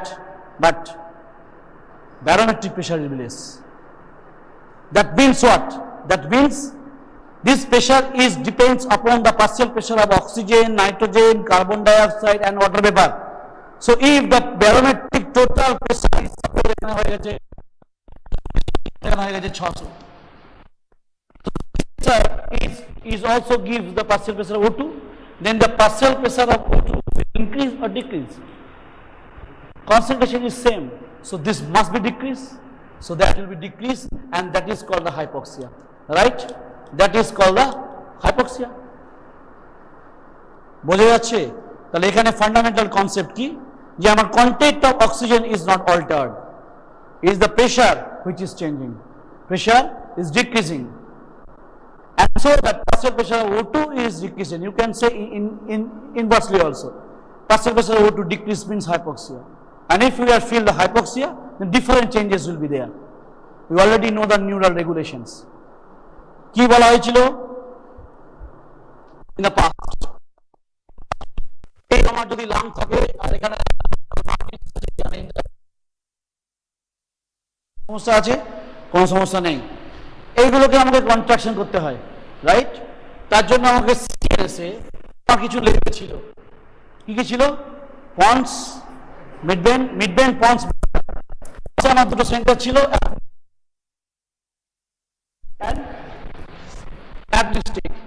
মিডবেন্ড ponds R medulla. মেডালাতে আমার অনেকগুলো জিনিস ছিল, একটা respiratory group, এই sorry ventral, এটা ventral দিক ধরছি, ventral, এটা ডরসাল, আর এখানে ছিল একটা chemoreceptor, that is called chemical chemoreceptors are there, right? মানে একটা আছে পেরিফেরাল কেমোরিসেপ্টরস, সেটা যেটা থাকে একটা আর্চার আওতায় একটা ছিল,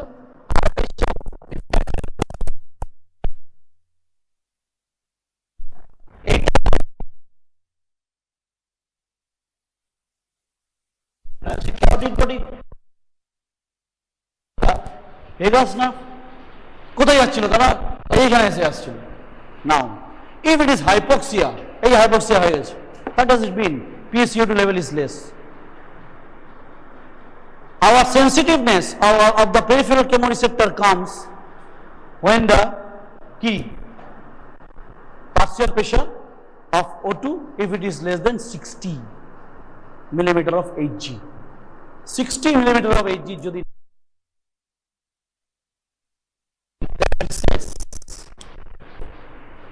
that makes sense because this যাচ্ছে এখানে PO2 কত 60 হয়ে গেছে, হাইপক্সিয়া উপরে চলে গেছে, so that will release, that will come the effect. কি ইফেক্ট করবে? এই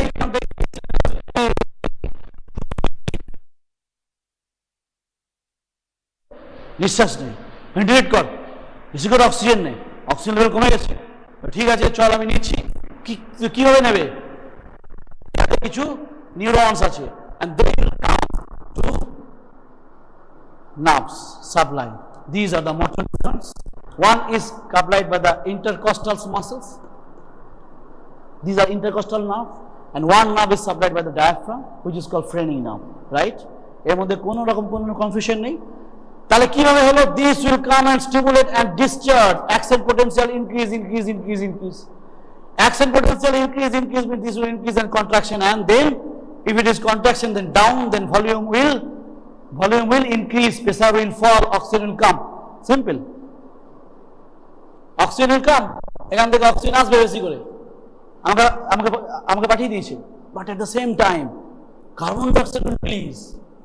Carbon dioxide will also be released, then wash out of carbon dioxide will happen. If carbon dioxide happens, then come to the our CHF. CHF আছে, carbon dioxide বেরিয়ে গেছে, মানে বেরিয়ে গেছে, wash out হচ্ছে, তাহলে আমার H+ কমবে না বাড়বে? কে বলছে বাড়বে? কার্বন ডাইঅক্সাইড প্লাস ওয়াটার, এটা একদম রাখতে হবে, এটা লেখার কিছু নেই। Carbon dioxide plus water equal to carbonic acid dissociate into H+ and CO3. If carbon dioxide is less, definitely H+ minus ion is less.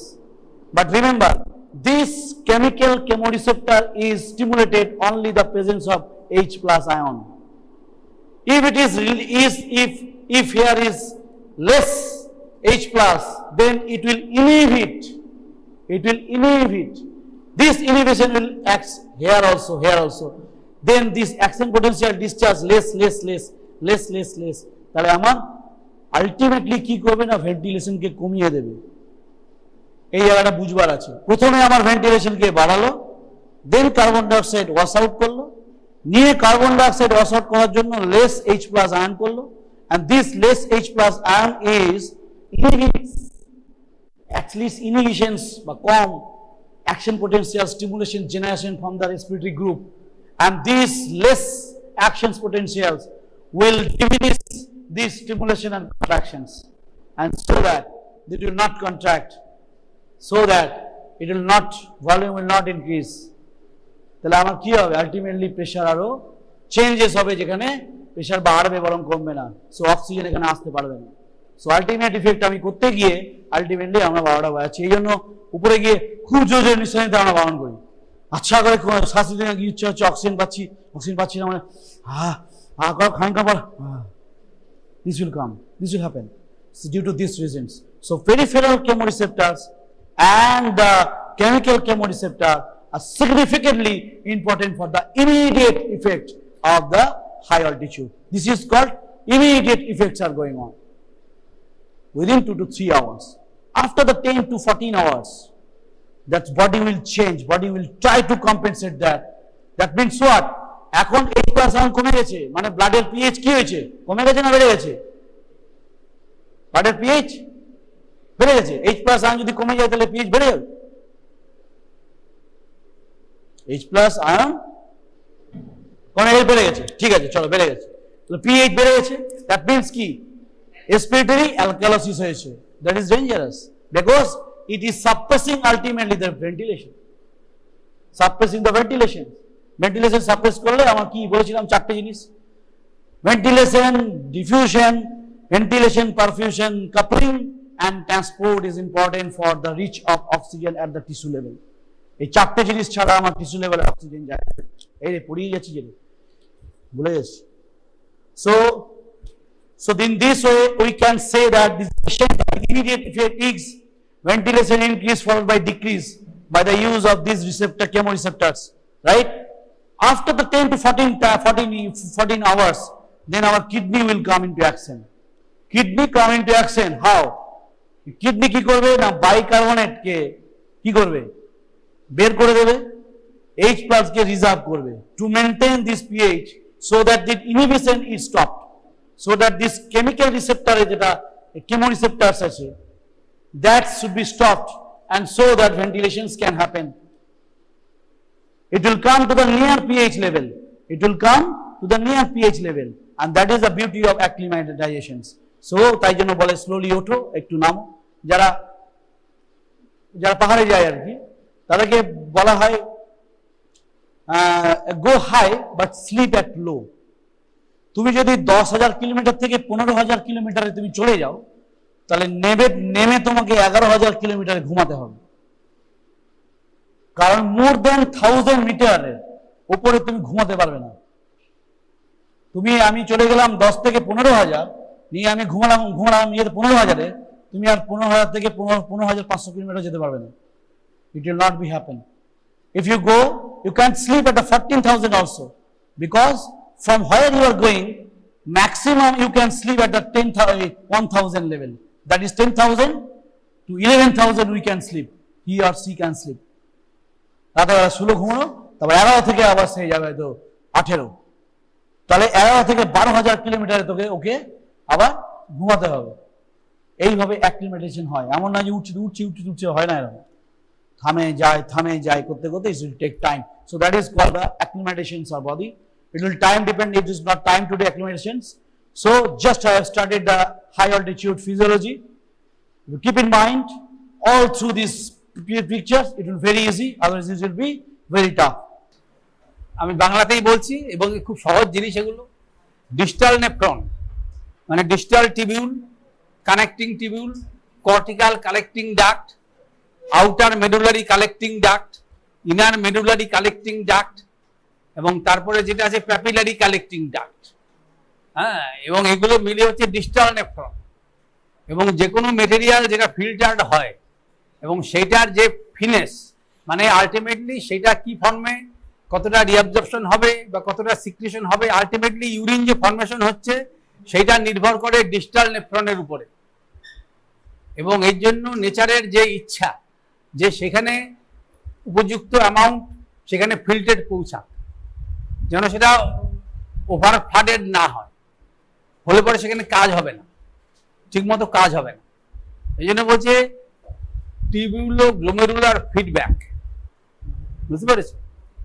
টিবিউলো glomerular feedback, তার মানে টিবিউলে যে ফ্লুইডটা আসছে সেই ফ্লুইডটা ফিল্টার্ড হচ্ছে, ফিল্টার্ড হওয়ার পরে সেটা জায়গায় জায়গায় রিঅ্যাবজর্পশন হচ্ছে, তারপরে ফ্লুইডটা ডিস্টাল নেফ্রনে যাচ্ছে। ডিস্টাল নেফ্রনে যাওয়ার আগে কোথায় যাচ্ছে? এটা হচ্ছে ascending limb of loop of Henle. Ascending limb of loop of Henle শেষ হচ্ছে কোথায়?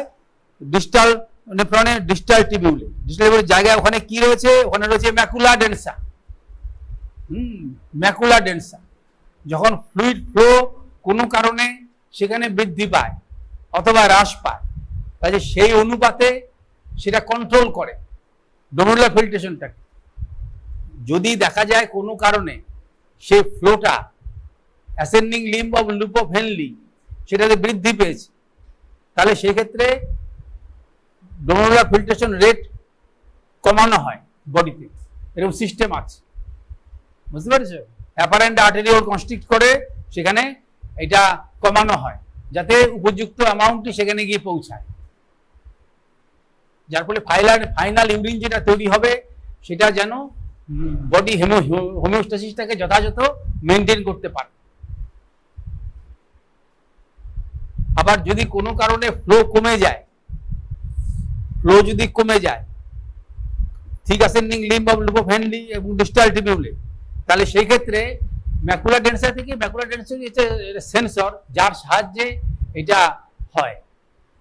তারপরে সেখানে ভেসোডাইলেটেশন হচ্ছে, মানে অ্যাপারেন্ট আর্টেরিওল ডাইলেটেশন হচ্ছে। অ্যাপারেন্ট ডাইলেটেশন হওয়ার পরে কি হবে, সেখানে গ্লোমেরুলার ক্যাপিলারিতে প্রেসার বাড়বে, তারপরে বেশি পরিমাণে ফিল্ট্রেট হবে। এইভাবে নেচার সবসময় অ্যাডজাস্ট করার চেষ্টা করছে। এটা হচ্ছে tubuloglomerular feedback. Tubuloglomerular feedback, feedback সর্বত্রই হচ্ছে। এই যে তোমরা যে ক্লাসে আসছো, কি পড়ছো না পড়ছো, পড়াশোনা কি হচ্ছে না হচ্ছে, এই ফিডব্যাকের জন্যই এই পরীক্ষাগুলো রয়েছে। সেই পরীক্ষাগুলো হতে বোঝা যাচ্ছে যে তোমাদের শিক্ষার প্রতি কতটা আগ্রহ বা নিষ্ঠা কিছু রয়েছে। এটা বুঝতে পেরেছো? সেরকম ফিডব্যাক এখানেও রয়েছে। এবং কিভাবে হচ্ছে ম্যাকুলার ডেন্সা, ম্যাকুলার ডেন্সা সেলগুলোর ক্ষেত্রে সেখানে ফ্লুইডটা ফ্লো কেন হচ্ছে, কারণ যেই জিএফআরটা তৈরি হচ্ছে, টোটাল ভলিউমটা শুনতে অনেক বেশি লাগলেও মিলিয়নস অফ নেফ্রন রয়েছে এবং সেখানে সেই আয়তনটা সেইভাবে বিভক্ত হচ্ছে। পার ডেতে কতটা গ্লোমেরুলার ফিল্ট্রেশন হয়, এই শোনো, পার ডেতে কতটা, নর্মাল ইন্ডিভিজুয়ালে কতটা গ্লোমেরুলার ফিল্ট্রেট হয় পার ডেতে?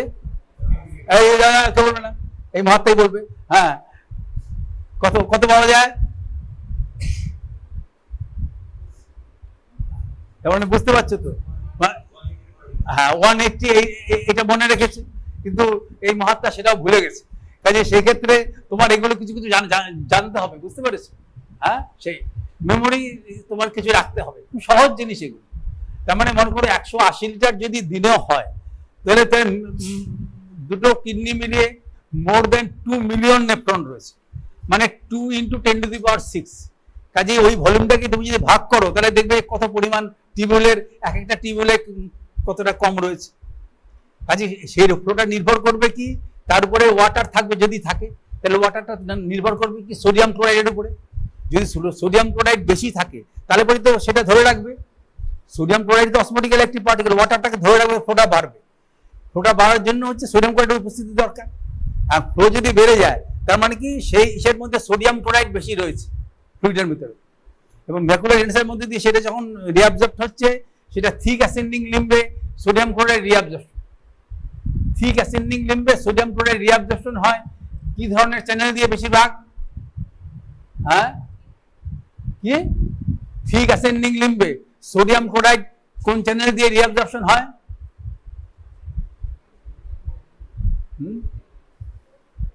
এটা সব বইয়ে দেওয়া আছে। তার মানে বুঝতে পারছো তো? তার মানে এই যে ফিডব্যাকটা আমরা পাচ্ছি, এই ফিডব্যাকটা বোঝা যাচ্ছে যে এটা এরা নিচ্ছে না, বুঝতে পেরেছো? লোকে নিতে চাইছে না, জনগণ যে নিতে চাইছে না, যে কি হবে এইসব জেনে, কিন্তু একটু একটু জানতেই হবে, না হলে তো এগোতে পারবে না কিছু, বুঝতে পারছো? সেখানে দেখবে লেখা আছে সোডিয়াম 2Cl পটাশিয়াম, এই চ্যানেল আছে, দুটো ক্লোরাইড আয়ন, তার সঙ্গে একটা করে সোডিয়াম, একটা করে পটাশিয়াম, এবং সেকেন্ডারি অ্যাক্টিভ ট্রান্সপোর্ট মেকানিজম হচ্ছে। এবং সেক্ষেত্রে ম্যাকুলার ডেন্সাটাও তার কোনো ব্যতিক্রম নয়, ওখানে ওই চ্যানেলই কাজ করছে। এখন সেটা যদি রিঅ্যাবজর্পশন হয়, যদি ফ্লোটা বাড়ে, তার মানে কি সোডিয়াম ক্লোরাইডের রিঅ্যাবজর্পশন হচ্ছে, হলে পরে সেক্ষেত্রে যে এটিপি সেখানে ব্রেকডাউন বেশি হচ্ছে। এটিপি ব্রেকডাউন হলে পরে প্রথমে তৈরি হচ্ছে এডিপি, এডিপি থেকে আলটিমেটলি অ্যাডেনোসিন উৎপন্ন হচ্ছে অ্যাডেনোসিন। সেই অ্যাডেনোসিনটাই আবার A1 রিসেপ্টর আছে, তার মাধ্যমে ম্যাকুলার সেলকে ইনভলভ করছে এবং সামহাউ সে ক্যালসিয়াম আয়নটাকে অ্যাভেলেবল করে দিচ্ছে কাছাকাছি যেটা আছে অ্যাপারেন্ট আর্টেরিওলে, তার সাহায্যে হচ্ছে। ডিটেল এর বেশি সাধারণ টেক্সটে দেওয়া নেই। পুরোনো এডিশনগুলোতে বলছে যে প্রস্টাগ্ল্যান্ডিন সেখানে কাজ করছে, বুঝতে পারছি, কোন কোন প্রস্টাগ্ল্যান্ডিন সেখানে কাজ করছে। কাজেই এখানে আমাদের উদ্দেশ্যটা হচ্ছে যে জানা যে ওটা কি করছে। আলটিমেটলি ক্যালসিয়াম অ্যামাউন্টটা অ্যাভেলেবল হচ্ছে এবং যার ফলে অ্যাপারেন্ট আর্টেরিয়াল কনস্ট্রিকশন হচ্ছে, এবং ওই অবস্থাতে রেনিন সিক্রিশন হয়ে কোনো লাভ নেই, এর জন্য রেনিন সিক্রিশনটাও বাধাপ্রাপ্ত হচ্ছে সেই অ্যাডেনোসিন রিসেপ্টরের সাহায্যেই হোক বা যে কোনো কারণেই হোক। কিন্তু ডিটেইল কোনো বইয়ে লেখা এই ব্যাপারে নেই। তোমরা কারেন্ট বইগুলো পড়তে পারো, বুঝতে পারছো, কারেন্ট যে বইগুলো রয়েছে এবং বোরন বা অন্যান্য বই সেই জায়গাটা দেখতে পারো, কিন্তু সাধারণ তোমাদের যে টেক্সট বইয়ে লেখা আছে এটাতেই যথেষ্ট। এর উদ্দেশ্যটা হচ্ছে যাতে ডিস্টাল নেফ্রনে বেশি পরিমাণে ফিল্টার না পৌঁছায়, আবার খুব কম পরিমাণেও যেন না পৌঁছায়, যাতে তার যে মেনটেন যেটা হচ্ছে সেটা যেন যথাযথ হয়। কারণ আলটিমেটলি ইউরিনটা আসছে তোমার ডিস্টাল নেফ্রন থেকেই, ঠিক তো? সেজন্য তার উদ্দেশ্য এটা হচ্ছে টিবিউলো গ্লোমেরুলার ফিডব্যাক। আরটা হচ্ছে গ্লোমেরুলো টিবিউলার ব্যালেন্স। গ্লোমেরুলো টিবিউলার ব্যালেন্সটা হচ্ছে যে এই ক্ষেত্রে নর্মাল আমাদের যে জিএফআর আছে তার সঙ্গে নর্মাল যে কনস্টিটিউয়েন্ট, মনে করো সোডিয়ামের ক্ষেত্রে এটা ভালো বোঝা যায়। সোডিয়াম যখন সেখানে যখন রিঅ্যাবজর্পশন হচ্ছে, ডিফারেন্ট ক্ষেত্রে সেটা রিঅ্যাবজর্পশন হচ্ছে ডিফারেন্ট ক্ষেত্রে। প্রথমে কোথায় রিঅ্যাবজর্পশন হচ্ছে? প্রথমে হচ্ছে প্রক্সিমাল কনভলিউটেড টিবিউল, বুঝতে পারছো, প্রক্সিমাল কনভলিউটেড টিবিউল, এবং তারপরে হচ্ছে সেখানে থিক অ্যাসেন্ডিং লিম্ব বা থিন অ্যাসেন্ডিং লিম্ব, সেখানে রিঅ্যাবজর্পশন হচ্ছে অ্যাক্টিভলি বা প্যাসিভলি যেভাবেই হোক।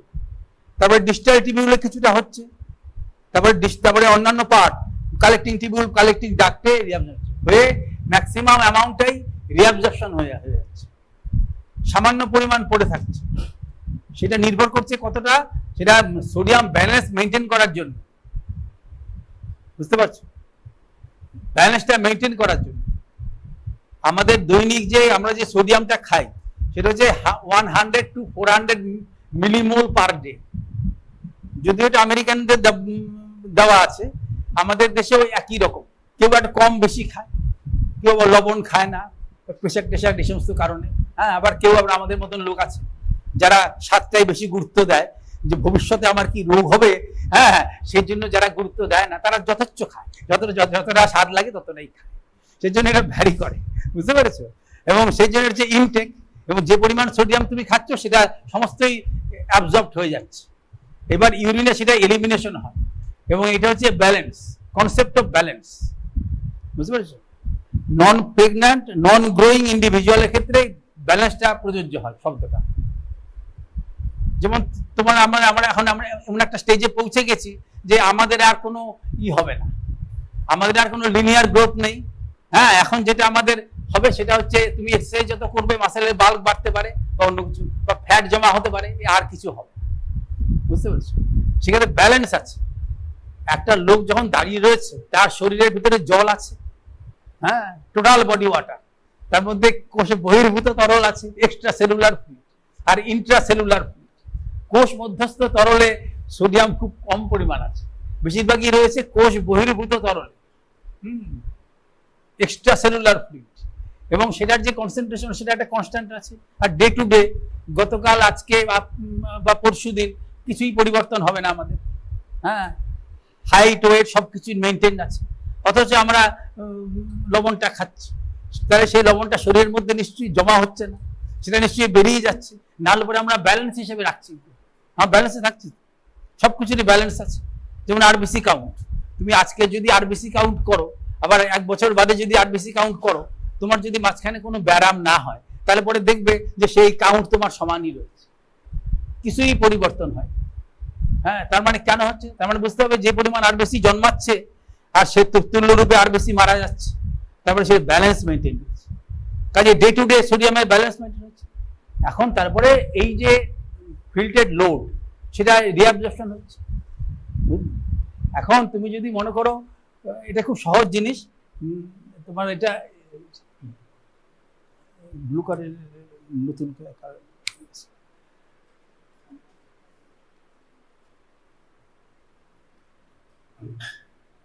বোঝা যাচ্ছে না মানে 140 লেখা ভালো আছে বুঝলে করছে হ্যাঁ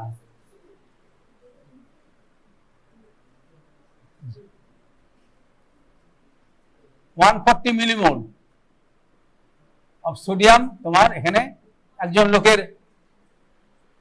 ইনটেক রয়েছে, সুস্থ লোকের 140 মিলিমোল সোডিয়াম সে ফুড অ্যান্ড ড্রিঙ্কসে খাচ্ছে। মনে করো শীতকালে খাচ্ছে, যখন ঘাম তার কিছুই হচ্ছে না, বুঝতে পারছো, তখন তার ঘাম দিয়ে যদি না বেরোয় এবং ফিসিসেও খুব সামান্যই সেটা বেরোয়, বেশিরভাগই ইউরিন দিয়ে বেরোচ্ছে। এবার বুঝতে পারছো রুট সোডিয়াম বেরোবে কোথা দিয়ে? আইদার ফিসিস অথবা সোয়েট অথবা ইউরিন, এছাড়া সোডিয়াম বেরোবার আর কোনো উপায় নেই।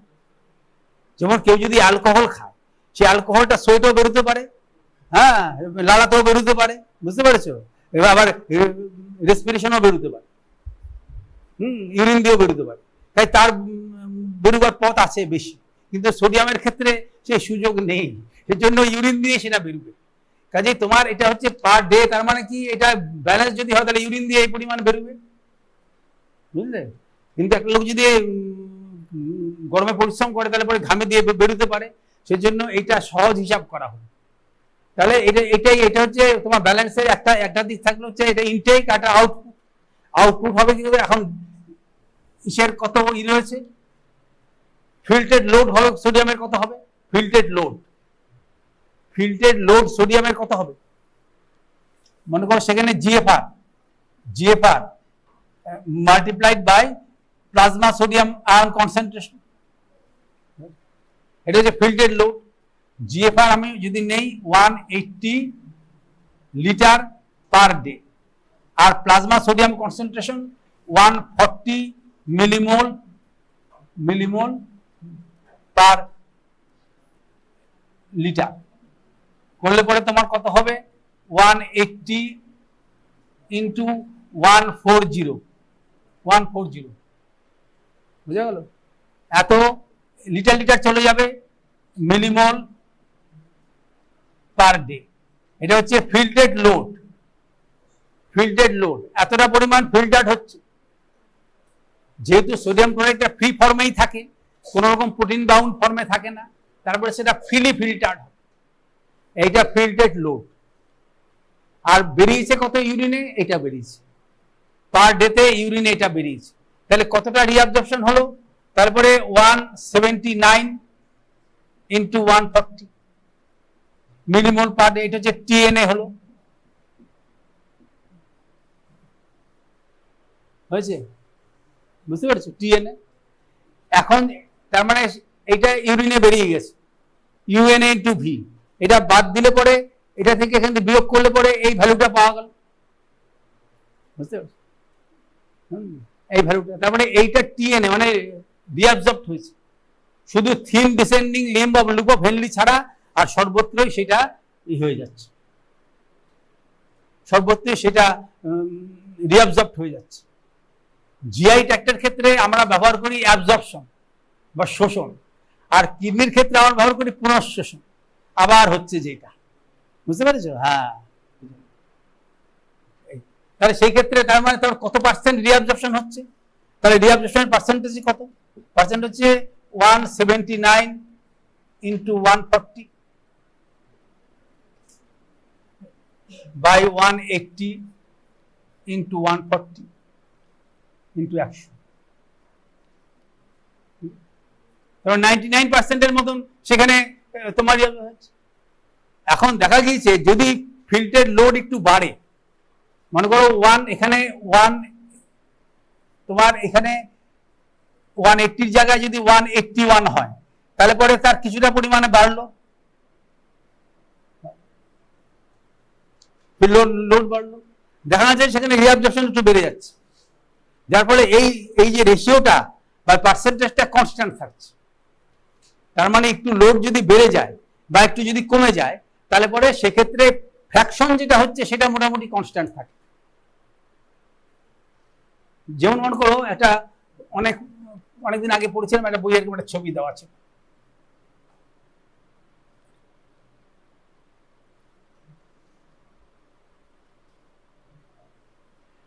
মনে করো যখন লোডটা কম আছে তখন যেটা ফিল্ট্রেশন হচ্ছে আর যেটা রিঅ্যাবজর্পশন হচ্ছে সেটা এরকম ভাবে দেখিয়েছে।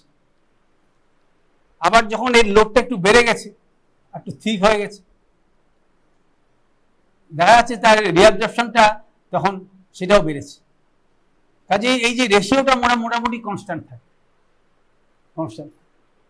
তার কারণ আমাদের যে রিঅ্যাবজর্বিং ক্যাপাসিটি আমাদের যেটা আছে সেটা যথেষ্ট আছে, তার কিছুটা ক্যাপাসিটি আছে। তুমি 10 কেজি ওজন নিয়ে তুমি ব্যায়াম করতে পারো, কিন্তু প্রয়োজনে 12 কেজি নিয়েও তুমি করতে পারো। সেরকম সব জায়গায় আমাদের এরকম ব্যবস্থা আছে। কাজেই আমাদের এই যে ফিল্ট্রেশনের যে রিঅ্যাবজর্পশন যে মেকানিজম, সেটারও হ্রাস বৃদ্ধি হওয়ার সুযোগ রয়েছে। কাজেই এই ছবিটা দিয়ে এইরকম ব্যাখ্যা করা যায় ব্যালেন্স, মানে এটা হচ্ছে ফিল্ট্রেশন, এটা রিঅ্যাবজর্পশন। তার ফলে সামান্য কিছু যদি বেড়ে যায় তাহলে সেক্ষেত্রে এটা ওই পার্সেন্টেজটা সেরকম ভাবেই বাড়ে। তার মানে সেক্ষেত্রে এক্ষেত্রে যদি এবং আমি যদি ডায়েটটা কনস্ট্যান্টও রাখি, তাহলে পরে দেখা যাচ্ছে যদি কোনো কারণে জিএফআর বাড়ে তাহলে পরে সেক্ষেত্রে এটাও বাড়বে, সেক্ষেত্রে তার এই জিনিসটা বাড়বে, এক্সক্রিশনটাও সেক্ষেত্রে মানে রিঅ্যাবজর্পশনটাও সেক্ষেত্রে বাড়বে, বেড়ে এই ফ্র্যাকশনটা মোটামুটি কনস্ট্যান্ট থাকবে, এই পার্সেন্টেজটা মোটামুটি কনস্ট্যান্ট থাকবে, এবং সেটাকে বলছে গ্লোমেরুলোটিউবুলার ব্যালেন্স। এবং সেরকম ওয়াটারটাও হবে, এবং অনেক কম্পাউন্ডের ক্ষেত্রেই এটা প্রযোজ্য, এবং এটার ইমপ্লিকেশন আছে ব্যালেন্স মেনটেন করার জন্য। কাজে তোমরা এখন বই থেকে সেটা দেখে নেবে যে এটা কিরকম কি লেখা আছে। তারপরে একদিন যদি সুযোগ পাওয়া যায় তারপরে এই গ্রুপ ডিসকাশন ক্লাসে সোডিয়ামের ব্যালেন্স কি করে মেনটেন করা হয় সেটা আলোচনা করা উচিত। হ্যাঁ, আর আজকে তোমাদের টাইম লিমিটেড, তাহলে পরে আমি আজকে ইচ্ছা ছিল আমি পটাশিয়ামের এটাও তোমাদের আলোচনা করব, রেনাল হ্যান্ডলিং অফ পটাশিয়াম। আর এই যে তোমাকে বলে দিলাম এটা এই প্রশ্নটা ওপেন হয়ে গেল, এবং এটা তোমাদের শর্ট নোট হিসাবে বা এরকম ভাবে দেওয়া হবে। টিবিউলো গ্লোমেরুলার ফিডব্যাক আর হচ্ছে গ্লোমেরুলোটিউবুলার ব্যালেন্স, এটা শর্ট নোট হিসাবে আমরা তোমাদের দেব। এটা তোমাদের কোশ্চেনটা বেরিয়ে গেল, এবং বাড়িতে এটা তৈরি করতে গেলে পরে তুমি তোমার নলেজটা এটা জন্মাবে, বুঝতে পারছো? এটা তোমাদের পরীক্ষায় ইন্টারনাল অ্যাসাইনমেন্টে এই প্রশ্নটা দেবো, বলেই দিলাম। কাজেই এখন তোমাদের সময়টা কম আছে, কারণ এরপরে স্যারেরা চলে এসছে। মোটর ফাংশন তোমাদের যে কজন উপস্থিত আছো, তোমাদের কত রোল থেকে হয়েছে? তোমাদের কত রোল থেকে? হ্যাঁ, 51 থেকে 100। এই যে 51 থেকে 100, তাহলে এটা 3টে ভাগ করো তোমরা। হ্যাঁ, এটা 3টে ভাগ করলে পরে তোমাদের কত 50 জনে 17 জন করে, 2টো 17 একটা 16, বুঝতে পেরেছো? তাহলে পরে এই যে এখানে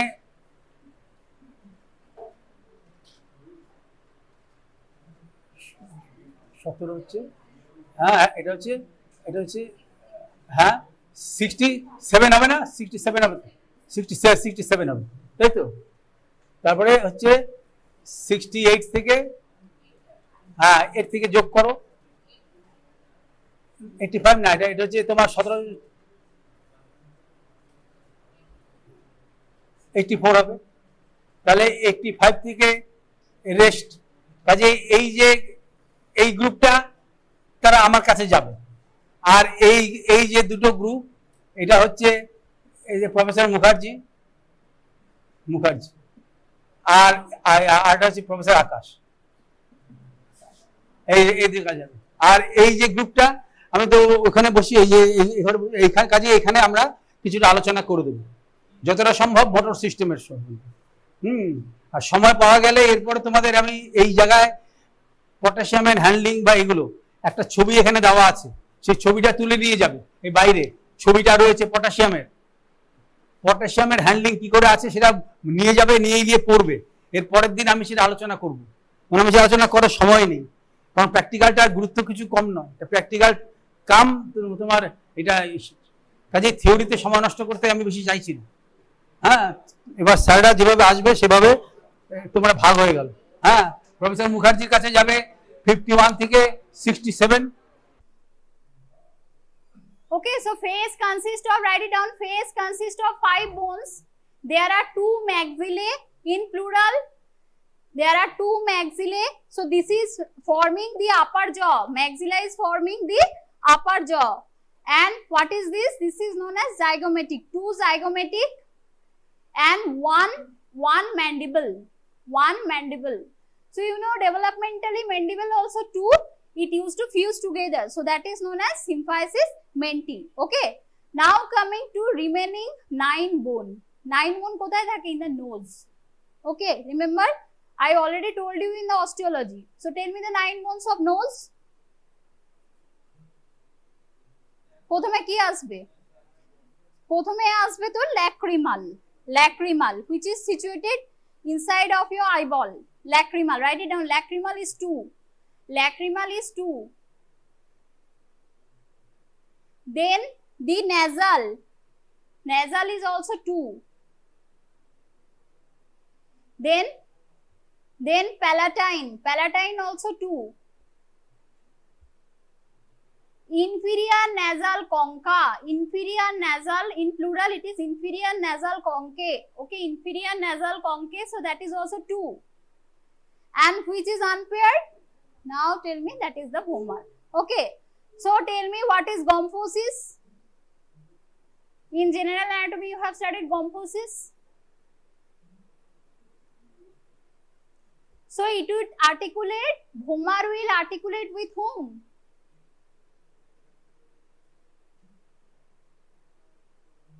Vomer will articulate with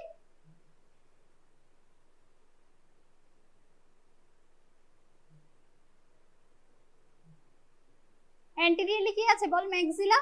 Okay, anteriorly it will articulate with maxilla. Okay, so this is our example of gomphosis. Okay, now which are the other 3 bones then? Not 3, 6 bones. Count, just count it out. For cranium is 8. Then you have got face 5. Then nose 9. Then remaining ear e কতগুলো থাকবে? Both sides 6. So just count it out. কতগুলো হচ্ছে? হয়ে গেছে তো? So that is 22 bones. Okay, skull consists of 22 bones. Now today we will be discussing about the cranium. Okay, but before that individually you have to identify the bones. Okay, now tell me, which is this bone? বলতে পারবে এটা কি? Which bone it is? It is the frontal, because you could see the orbital cavity. And what is this? This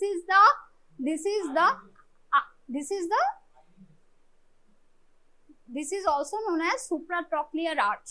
Okay, both sides where the eyebrows are situated. So this is the supratrochlear arch. Okay, so beside that also you could see, what is this? You could see it will make joint with the lacrimal bone.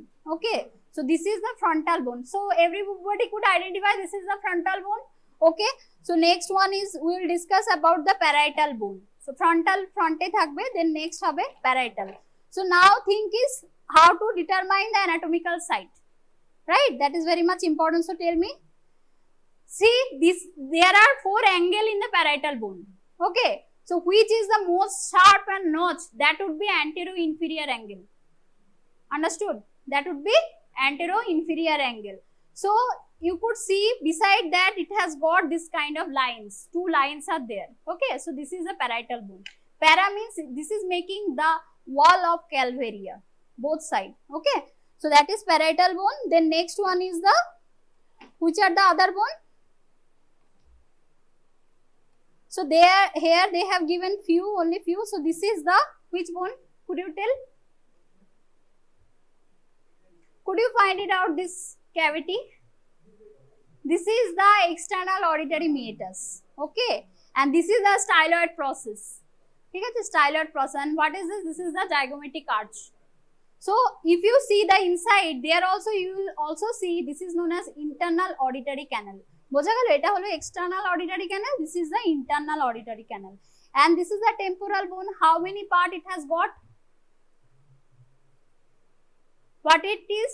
ওপরেরটাকে কি বলছে বল? Fan shape, that is the squamous part or temporal part. Then what is this? This is the mastoid part. আমি already বলেছি mastoid process কখন develop করে? It is not present at birth. When does it develop? At the age of 2 years by the gradual pulling of sternocleidomastoid. এই mastoid process টা develop করে. So what about this? What's funny? Could you tell what is this part? এই পার্টটা কি বল? এটা তো হয়ে গেল squamous part, এটা হয়ে গেল তোর mastoid part. Okay, what about this? Write it down. Temporal bone has got 4 parts. Temporal bone has got 4 parts. First one is temporal part or the squamous part. Temporal part or the squamous part. Then next one is tympanic part. Then the mastoid part. And the last one, see the fourth one, this internal surface of the temporal bone, it is irregular and it is rock-like. Okay, so that is also known as petrous part of temporal bone. Now see over here. If you see the external ear, it is situated in which part? External ear situated, write it down. Where you have written temporal part, there you write external ear. Okay, that is the external ear. Then tympanic part is for middle ear. So you know tympanic membrane. Okay, tympanic part, middle ear, and this petrous part is very much important, which is faces inner aspect of the brain. So that is for the inner ear. Okay, so petrous part, the inner ear situated in the petrous part of temporal bone. Okay, so next. So understood? I have already told you this is the, which one is the frontal? This is the frontal. Okay. Then next one is the parietal. This is the parietal bone. Then this is the temporal. Okay. Then the last one is, what is this? This is the occipital bone.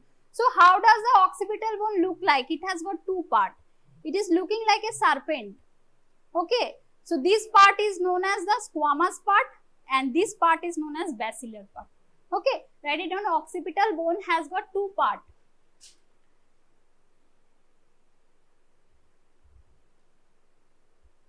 Okay, so superior part is known as squamous part.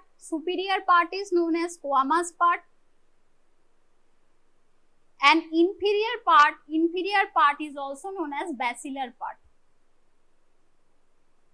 Okay, and how you will identify this occipital bone? See over here, this much big foramen. This is the foramen magnum. Okay, this is the foramen magnum. Okay, now we will discuss about the norma, different types of norma in the skeleton. So write it down. Exterior skeleton. Up to now I have discussed the what are the bones that are making exterior of skull. Now you write, at first I will discuss about norma verticalis. Okay, so for norma verticalis, this much is enough. Okay, so if you see how many normas are there, the skull is a 3D structure, right? So you are seeing the skull from which side, we will giving the name. Okay, if you see the skull from upwards, so that is known as, write it down. If you see the skull from upwards, that is known as norma verticalis.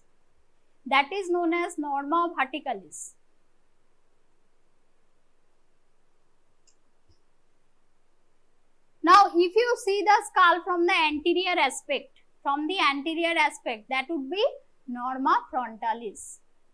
If you see the skull from the anterior aspect, that is known as norma frontalis. Okay. Now, if you see the skull from the lateral aspect, both the lateral aspect, it is known as norma lateralis. So, norma lateralis has got how many? 2, both sides, right and left. Okay. Then the next one is the norma.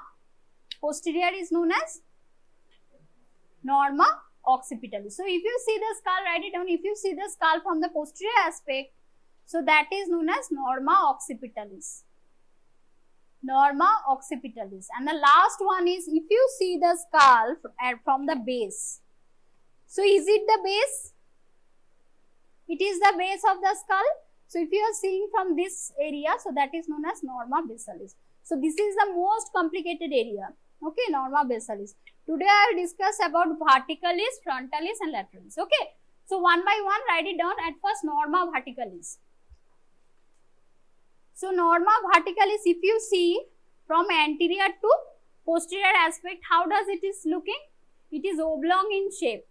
Okay. Anterior area is smaller than the posterior area. So write it down. Anterior area is much smaller than the posterior area.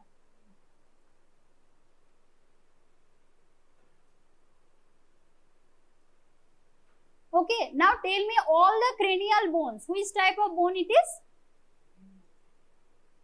Which type of bone? General anatomy? It is a type of flat bone. Write it down. All the cranial bones are the example of flat bones.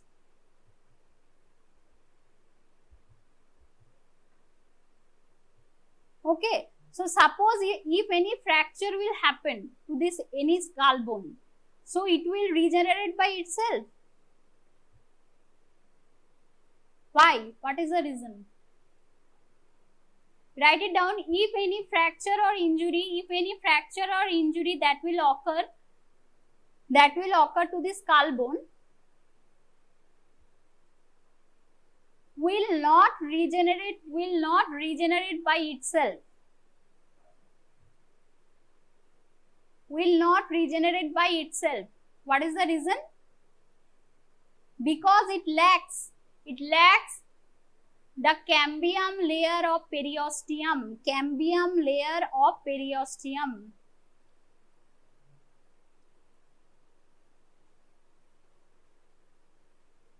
So suppose if there is any fracture, we have to make the space full, okay, by any way. So which is the material we will use? Write it down. This is also known as titanium.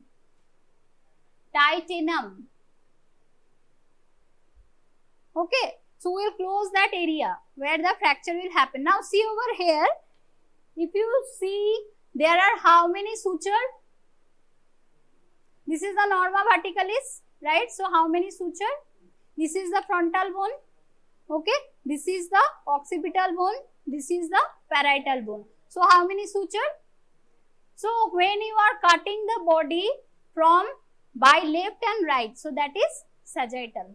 Okay, but when you are cutting from anterior to posterior, that is the coronal. So which one is the sagittal over here? This one, between the parietal bone. So at first we will discuss between the frontal and parietal. Okay, so coronal suture, write it down, coronal suture. So coronal suture is found between the frontal and the two parietal bones. This is the coronal suture. Okay. Next one is the sagittal suture. So sagittal suture is found between the two parietal bones. Sagittal suture is found between the two parietal bones. And the last one, see here, the occipital bone is not there. Okay. So if you see posteriorly, this is which bone? Squamous part of the occipital bone, and this is the two parietal bone. So what is this suture is called? Lambdoid suture. Write it down. So lambdoid suture, this one. Okay, lambdoid suture. So it is between, everyone able to see, this one is the lambdoid suture. Okay, between the occipital bone and the two parietal bone.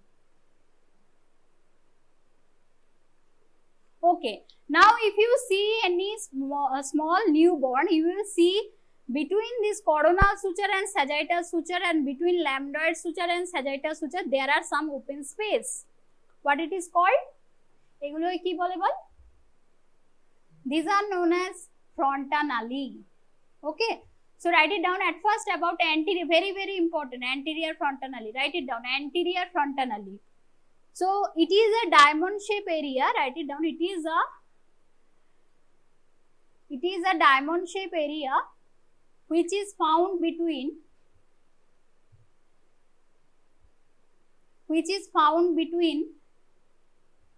the coronal and the sagittal suture. The coronal and the sagittal suture.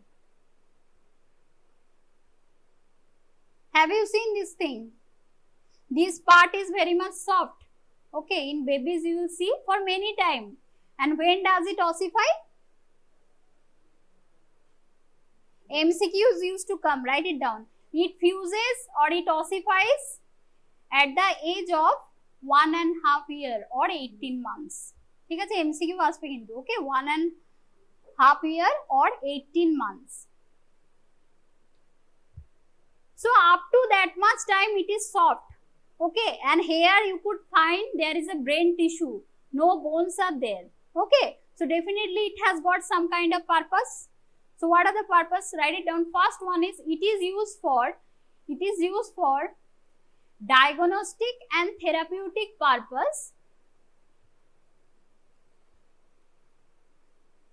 in case of brain disease in newborn. In case of brain diseases in newborn.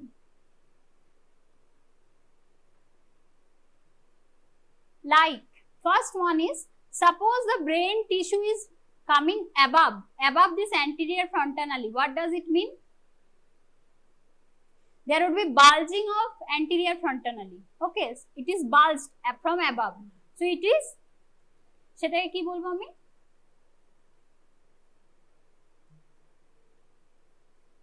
Have you heard the term hydrocephalus?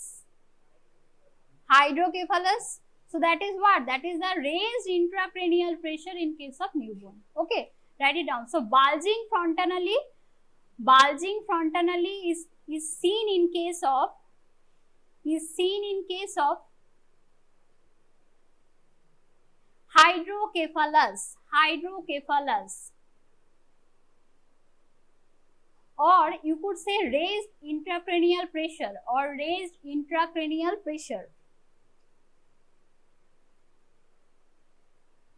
So what about the reverse condition? If the anterior frontanelli is depressed, so write it down. Depressed anterior frontanelli is seen in, কখন depressed দেখতে পাবে? Very easy, dehydration. Okay, dehydration. Okay, so this particular area, this diamond shape area is also known as bregma. The meeting point of coronal suture and the sagittal suture over here, this point is also known as bregma. এই পয়েন্টটাকে বলবো bregma, কিন্তু যে diamond shape area সেটা হচ্ছে anterior frontanelli. Okay, now we are coming backwards. So if you see the sagittal suture and the lambda, this part is looking like a delta shape area. So this is also known as lambda. Okay, so meeting point between the sagittal suture and the lambdoid suture, this point is known as lambda. Okay, and there is a situation of posterior frontanelli.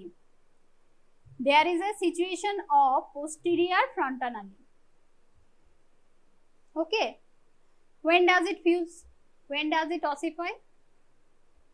Posterior frontanelli, এটা তো একটা gap. So when does it fuse? আগে হবে না পরে হবে? আগে হবে. কখন? Write it down. It is about 2 to 3 months. Within 2 to 3 months. Within 2 to 3 months, this posterior frontanelli used to get fused. Okay. Now write it down. What is metopic suture? Okay, so metopic suture is, it is a incidental finding. Write it down. It is a incidental finding in case of 3 to 8% cases.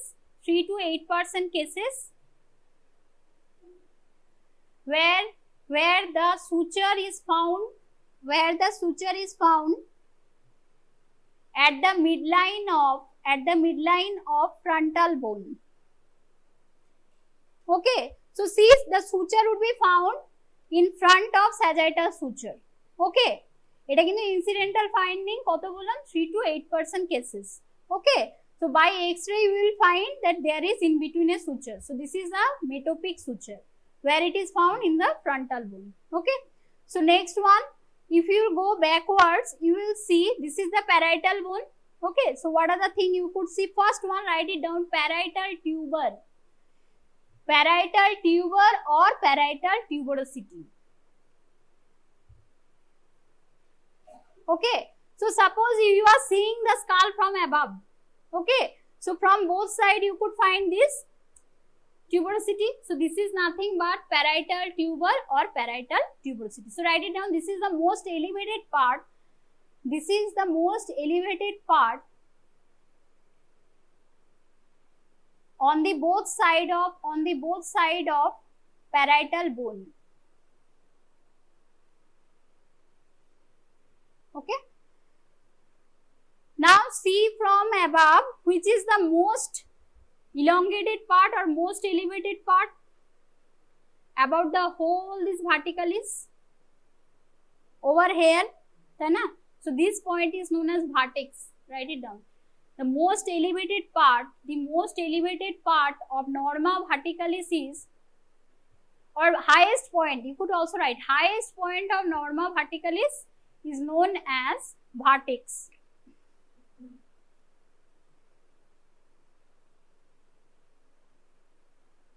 Okay, আর কি কি finding পাবি? So see, this is the lambda. So from lambda if you go anterior কতটা যেতে হবে? 2.5 to 3 cm. Write it down, from lambda 2.5 to 3 cm. There is a situation of parietal foramen. Okay, parietal foramen. Okay, so which thing it will transmit? It will transmit the emissary vein. Now tell me, what is emissary vein? What is the definition of emissary vein? Emissary vein, স্ক্যাল্পে পড়েছিস তাই না? Black eye তৈরি করে, black eye, তাই না? Why? Or any infection to the face could go to the brain. Why? Because of emissary vein. Emissary vein are small. Write it down. What is the difference? Okay, you just study the difference between diploic vein and emissary vein. So emissary vein will connect intracranial vein. Intracranial vein কি রে? কোন ভেনটা ক্রেনিয়ামের ভেতরে যায়? Over the neck, it is going upwards. Artery যাচ্ছে কি? Internal carotid artery, internal jugular vein. So this is a type of internal cranial vein. Okay, so it will connect the internal cranial vein with intracranial venous sinus. Okay, intracranial venous sinus. Tell me some example of sinus. ক্রেনিয়ামের মধ্যে অনেক sinus থাকে, তাই তো? This are known as dural venous lake or sinus. Have you heard about sigmoid sinus? Sigmoid sinus, superior sagittal sinus, so many are there. So emissary vein কি করছে? Internal cranial vein এর সাথে this internal venous sinus এর connection. Understood? And what is the peculiarity of emissary vein? It does not have any valves. Okay, vein মানে কি? It will have valves. আর কি কি ভেনে valve থাকে না? হার্টে পড়েছিস? Very good, superior vena cava, venous valve থাকে না। আর কি? পালমোনারি ভেনে থাকে, পোর্টাল ভেনে থাকে, ইনফিরিয়র ভেনা কাভায় থাকে। So all the great vein does not have any valves. Okay, okay, so this is the example of emissary vein. Okay, next we will discuss about, if you come to the lateral side of norma verticalis, what are the thing you will see?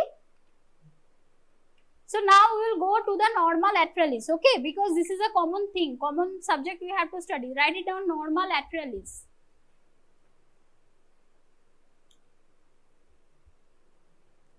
So tell me which bone is making? Normal atralis is made by which bones? At first temporal bone, then parietal bone, part of parietal bone. This is the which part? এই পার্টটা কি? Mastoid part. Write it down. First one is the temporal bone. Temporal bone. First one is the temporal bone. Temporal বোনে কি কি থাকবে বল? Squamous part থাকবে যেটাকে আমরা টেম্পোরাল পার্ট বলছি and mastoid part. Okay, so temporal bone, write it down, temporal part and the mastoid part. Okay, then next one is the occipital bone. Occipital bone, this is the mastoid part. Mastoid part of occipital bone. Parietal bone. Next one is parietal bone.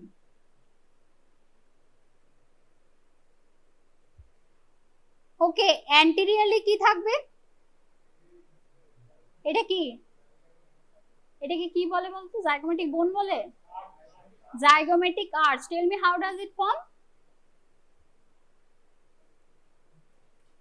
So write it down. Zygomatic arch is formed by, very much interesting, I will tell you. Head, neck, brain is very much interesting. So zygomatic arch is formed by frontal process of zygomatic bone, frontal process of zygomatic bone, frontal process of zygomatic bone and zygomatic process of frontal bone. বোঝা গেল? Zygomatic process of frontal bone. So this is the zygomatic arch. Here is the insertion for zygomatic major and minor. Okay, আর কি থাকবে বল? So this is the zygomatic arch. So anteriorly this is what? Which bone? এটা কি বোন? This is the zygomatic bone. Okay, zygomatic bone. And what is this? This is the maxilla. Okay, part of maxilla. So write it down, these three bone. Zygomatic arch, zygomatic bone and the part of maxilla.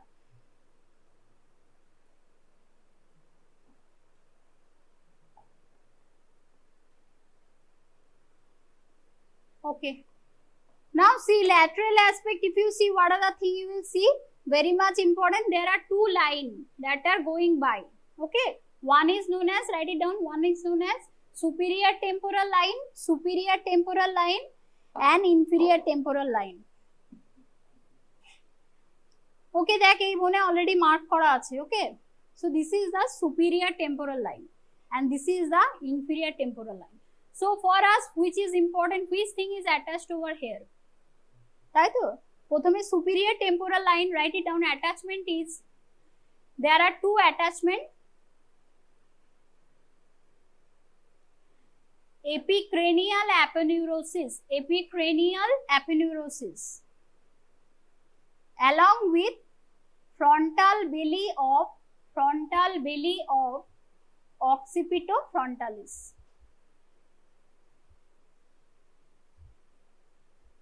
Okay, so tell me which are these two things?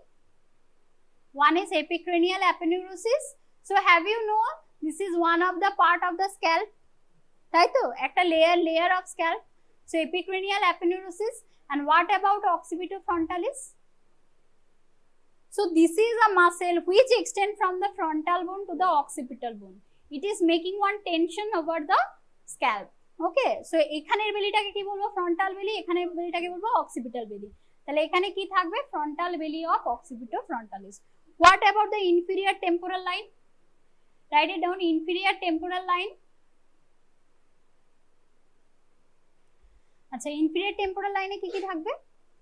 Only one thing, there is attachment of fan shape of temporalis muscle. Okay, fan shape temporalis muscle. So it includes which muscle? Temporalis কোন মাসেলের মধ্যে আছে? Tell me which are the muscle of mastication? Mastication means if you are chewing anything. Okay. First one is, write it on, muscle of mastication. Muscle of mastication are 5. Actually 5 muscles are there. First one is temporalis.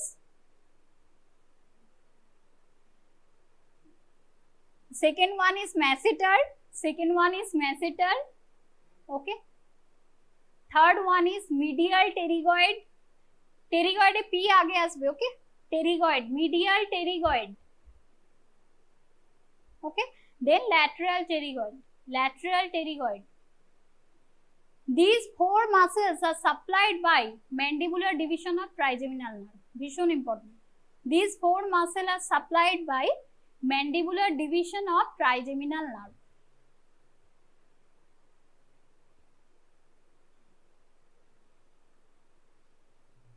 Okay.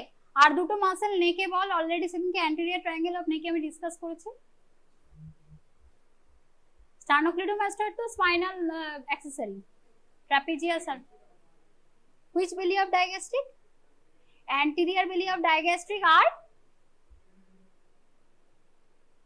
এটা কি mylohyoid. Okay, anterior belly of digastric and mylohyoid. আচ্ছা আর দুটো muscle বলেই দিই। ওকে, 8টা মাসেলকে supply করে। আর দুটো muscle write it down, tensor veli palatini and tensor tympani. Tensor টিম্পানিটা কোথায় থাকবে? মিডল লেয়ারে। ওকে, আর প্যালেটিনিটা কোথায় থাকবে? প্যালেটে। So these 8 muscle is also known as, this is the nerve for first pharyngeal arch. Write it down. This is the nerve for first pharyngeal arch. Pharyngeal arch এর একটা chart আছে, please mark it up. Okay, which muscle are supplied by which nerve? Okay, so this is the first branchial arch. Then this is the superior temporal line, this is the inferior temporal line. Okay, so rather than that, what are the other thing you will get? See over the, so already I told you the zygomatic arch, so you have to elaborate about zygomatic arch. Already I told you. Okay, next one is, this is what? This is the external acoustic meatus. Write it down. Normal adrenal se ar ki pabe? External acoustic meatus.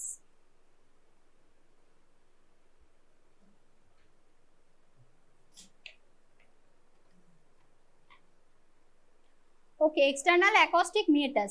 Now if you see the external acoustic meatus, you will get one triangle over here. Okay, above the external acoustic meatus, write it down. Above the external acoustic meatus, there is a triangle that is known as Mace-Wen triangle. Mace-Wen, M-A-C-E-W-E-N, Mace-Wen triangle.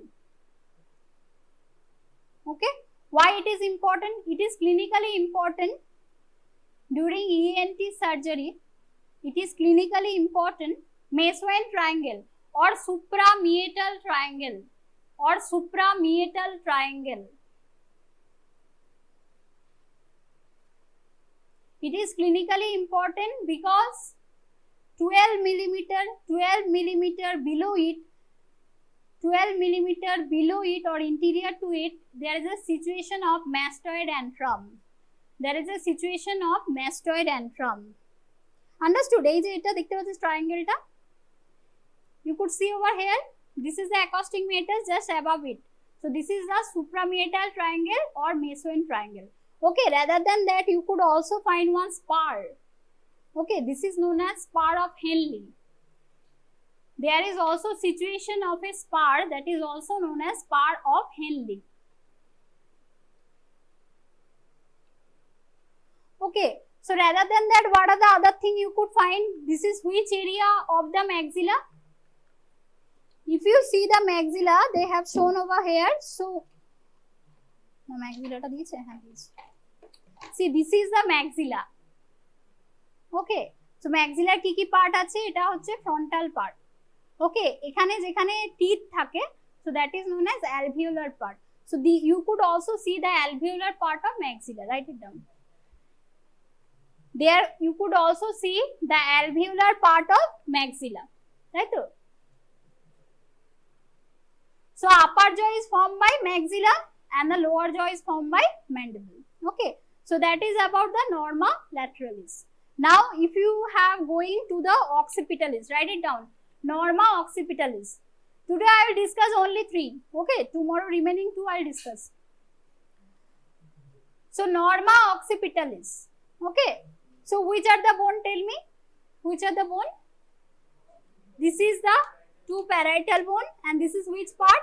Squamous part of occipital bone. Write it down. The Norma occipitalis is formed by 2 parietal bones, and the squamous part of occipital bone. Squamous part of occipital bone. Okay. So here you have to all say about the lambda, about the posterior frontanelli, and along with that you have to say which is the most elevated part over here. এটা তো vertex, এখানে কোথায়?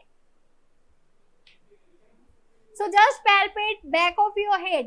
Palpate back of your head. Okay. So here you could find one elevated part, that is nothing but external occipital protuberance. Write it down. External occipital protuberance.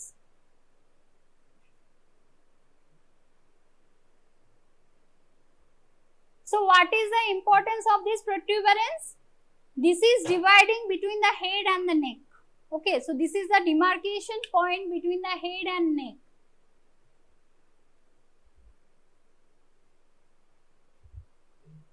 Okay, and see over here you could find there is downwards projected part. Projected part ta dekhte pachhiস, this is also known as inion. Inion, I-N-I-O-N, inion. This downward projection from the external occipital protuberance is also known as inion. I-N-I-O-N. Okay, it is also known as inion. Okay, so which thing is attached to the external occipital protuberance? Who will tell? External occipital protuberance. Pichone, back of neck, which muscle is there? Trapezius. So write it down. Origin above the external occipital protuberance, that is EOP. Above the external occipital protuberance there is origin of trapezius. Okay, and there is one ligament which is running through all the spine, that is known as puro spine e jeta run korche. Very good. Ligamentum nuchae. Ligamentum nuchae. Below the EOP is the situation of the ligamentum nuchae. Okay. Supraspinous ligament. So ligamentum nuchae. Which are the other muscle? So just beside the trapezius, write it down. The trapezius is medial. Trapezius is medial. Lateral to it is sternomastoid. Lateral to it is sternomastoid. Okay, and most lateral is splenius capitis.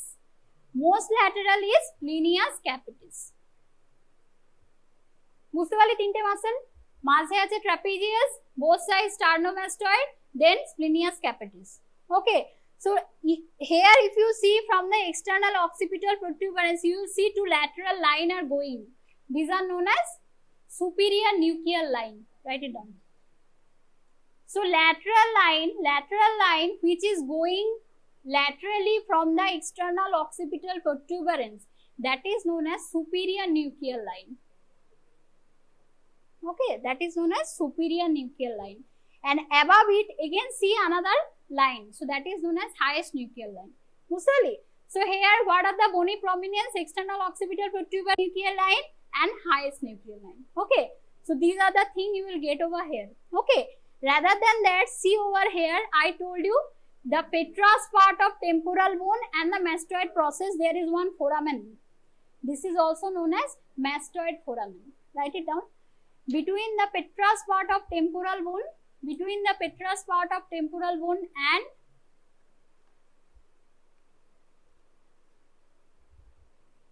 and the mastoid process. So everybody could see over here. If you trace the mastoid process, you could see one foramina. So that is known as mastoid foramina. So which thing is running over here? Write it down. Meningeal branch of occipital artery, meningeal branch of occipital artery and emissary vein, Okay, so that is the content of the mastoid foramen. Okay, so here I don't want to crowd much. Another 4 thing you have to study. We have already studied. This is the bregma, this is the lambda, emissary vein. So now there are 2 other points. One is terion, another one is asterion. Write it down. Terion. Terion will start from P. P-T-E-R-I-O-N. Terion. Okay. So what is terion? Which one is the terion? Over here. So if you see the anterior aspect of norma lateralis, you will see there is a formation of H.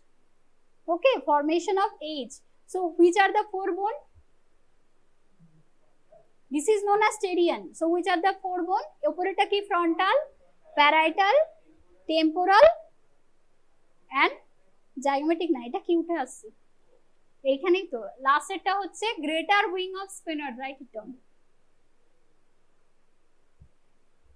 Okay, so frontal, temporal, parietal, that you could say frontal, temporal, parietal. Last one is greater wing of sphenoid. Sphenoid is a butterfly shape, so it has got lesser wing and greater wing, so greater wing of sphenoid. Terion kintu aste pare. And why the terion is important clinically? Suppose if there is a blow to the terion over here, what will happen? Which thing is there, you know? Just interior to it, that is situation of middle meningeal artery. Okay, so there would be tremendous intracranial bleeding. Understood? So any injury to the terion. So write it down. Terion is clinically significant. Terion is clinically significant because it lies above the middle meningeal artery.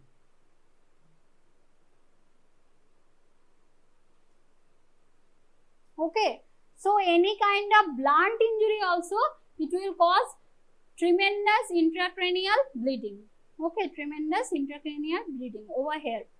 So next one is asterion. So which one is the asterion? This is the terion. Now if you are going backwards, this is the asterion. So which are the bone? Over here. Okay, it is making one triangle. So ki bone তৈরি করছে বল? So you used to write in the books, you used to write in the notebook PTO. Please turn over. So first one is parietal, temporal, occipital. Which part of occipital? Mastoid part. Write it down. Terion, asterion may comes.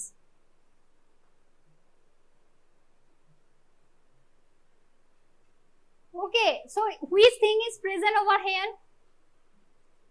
এখানে যদি middle meningeal artery হয়, এখানে কি থাকবে? Sigmoid sinus. Write it down. So it lies above the sigmoid sinus. Okay, it lies above the sigmoid sinus. Okay, so today up to I have discussed about norma verticalis, norma occipitalis, norma lateralis. You study. Tomorrow we will discuss norma frontalis, norma basalis.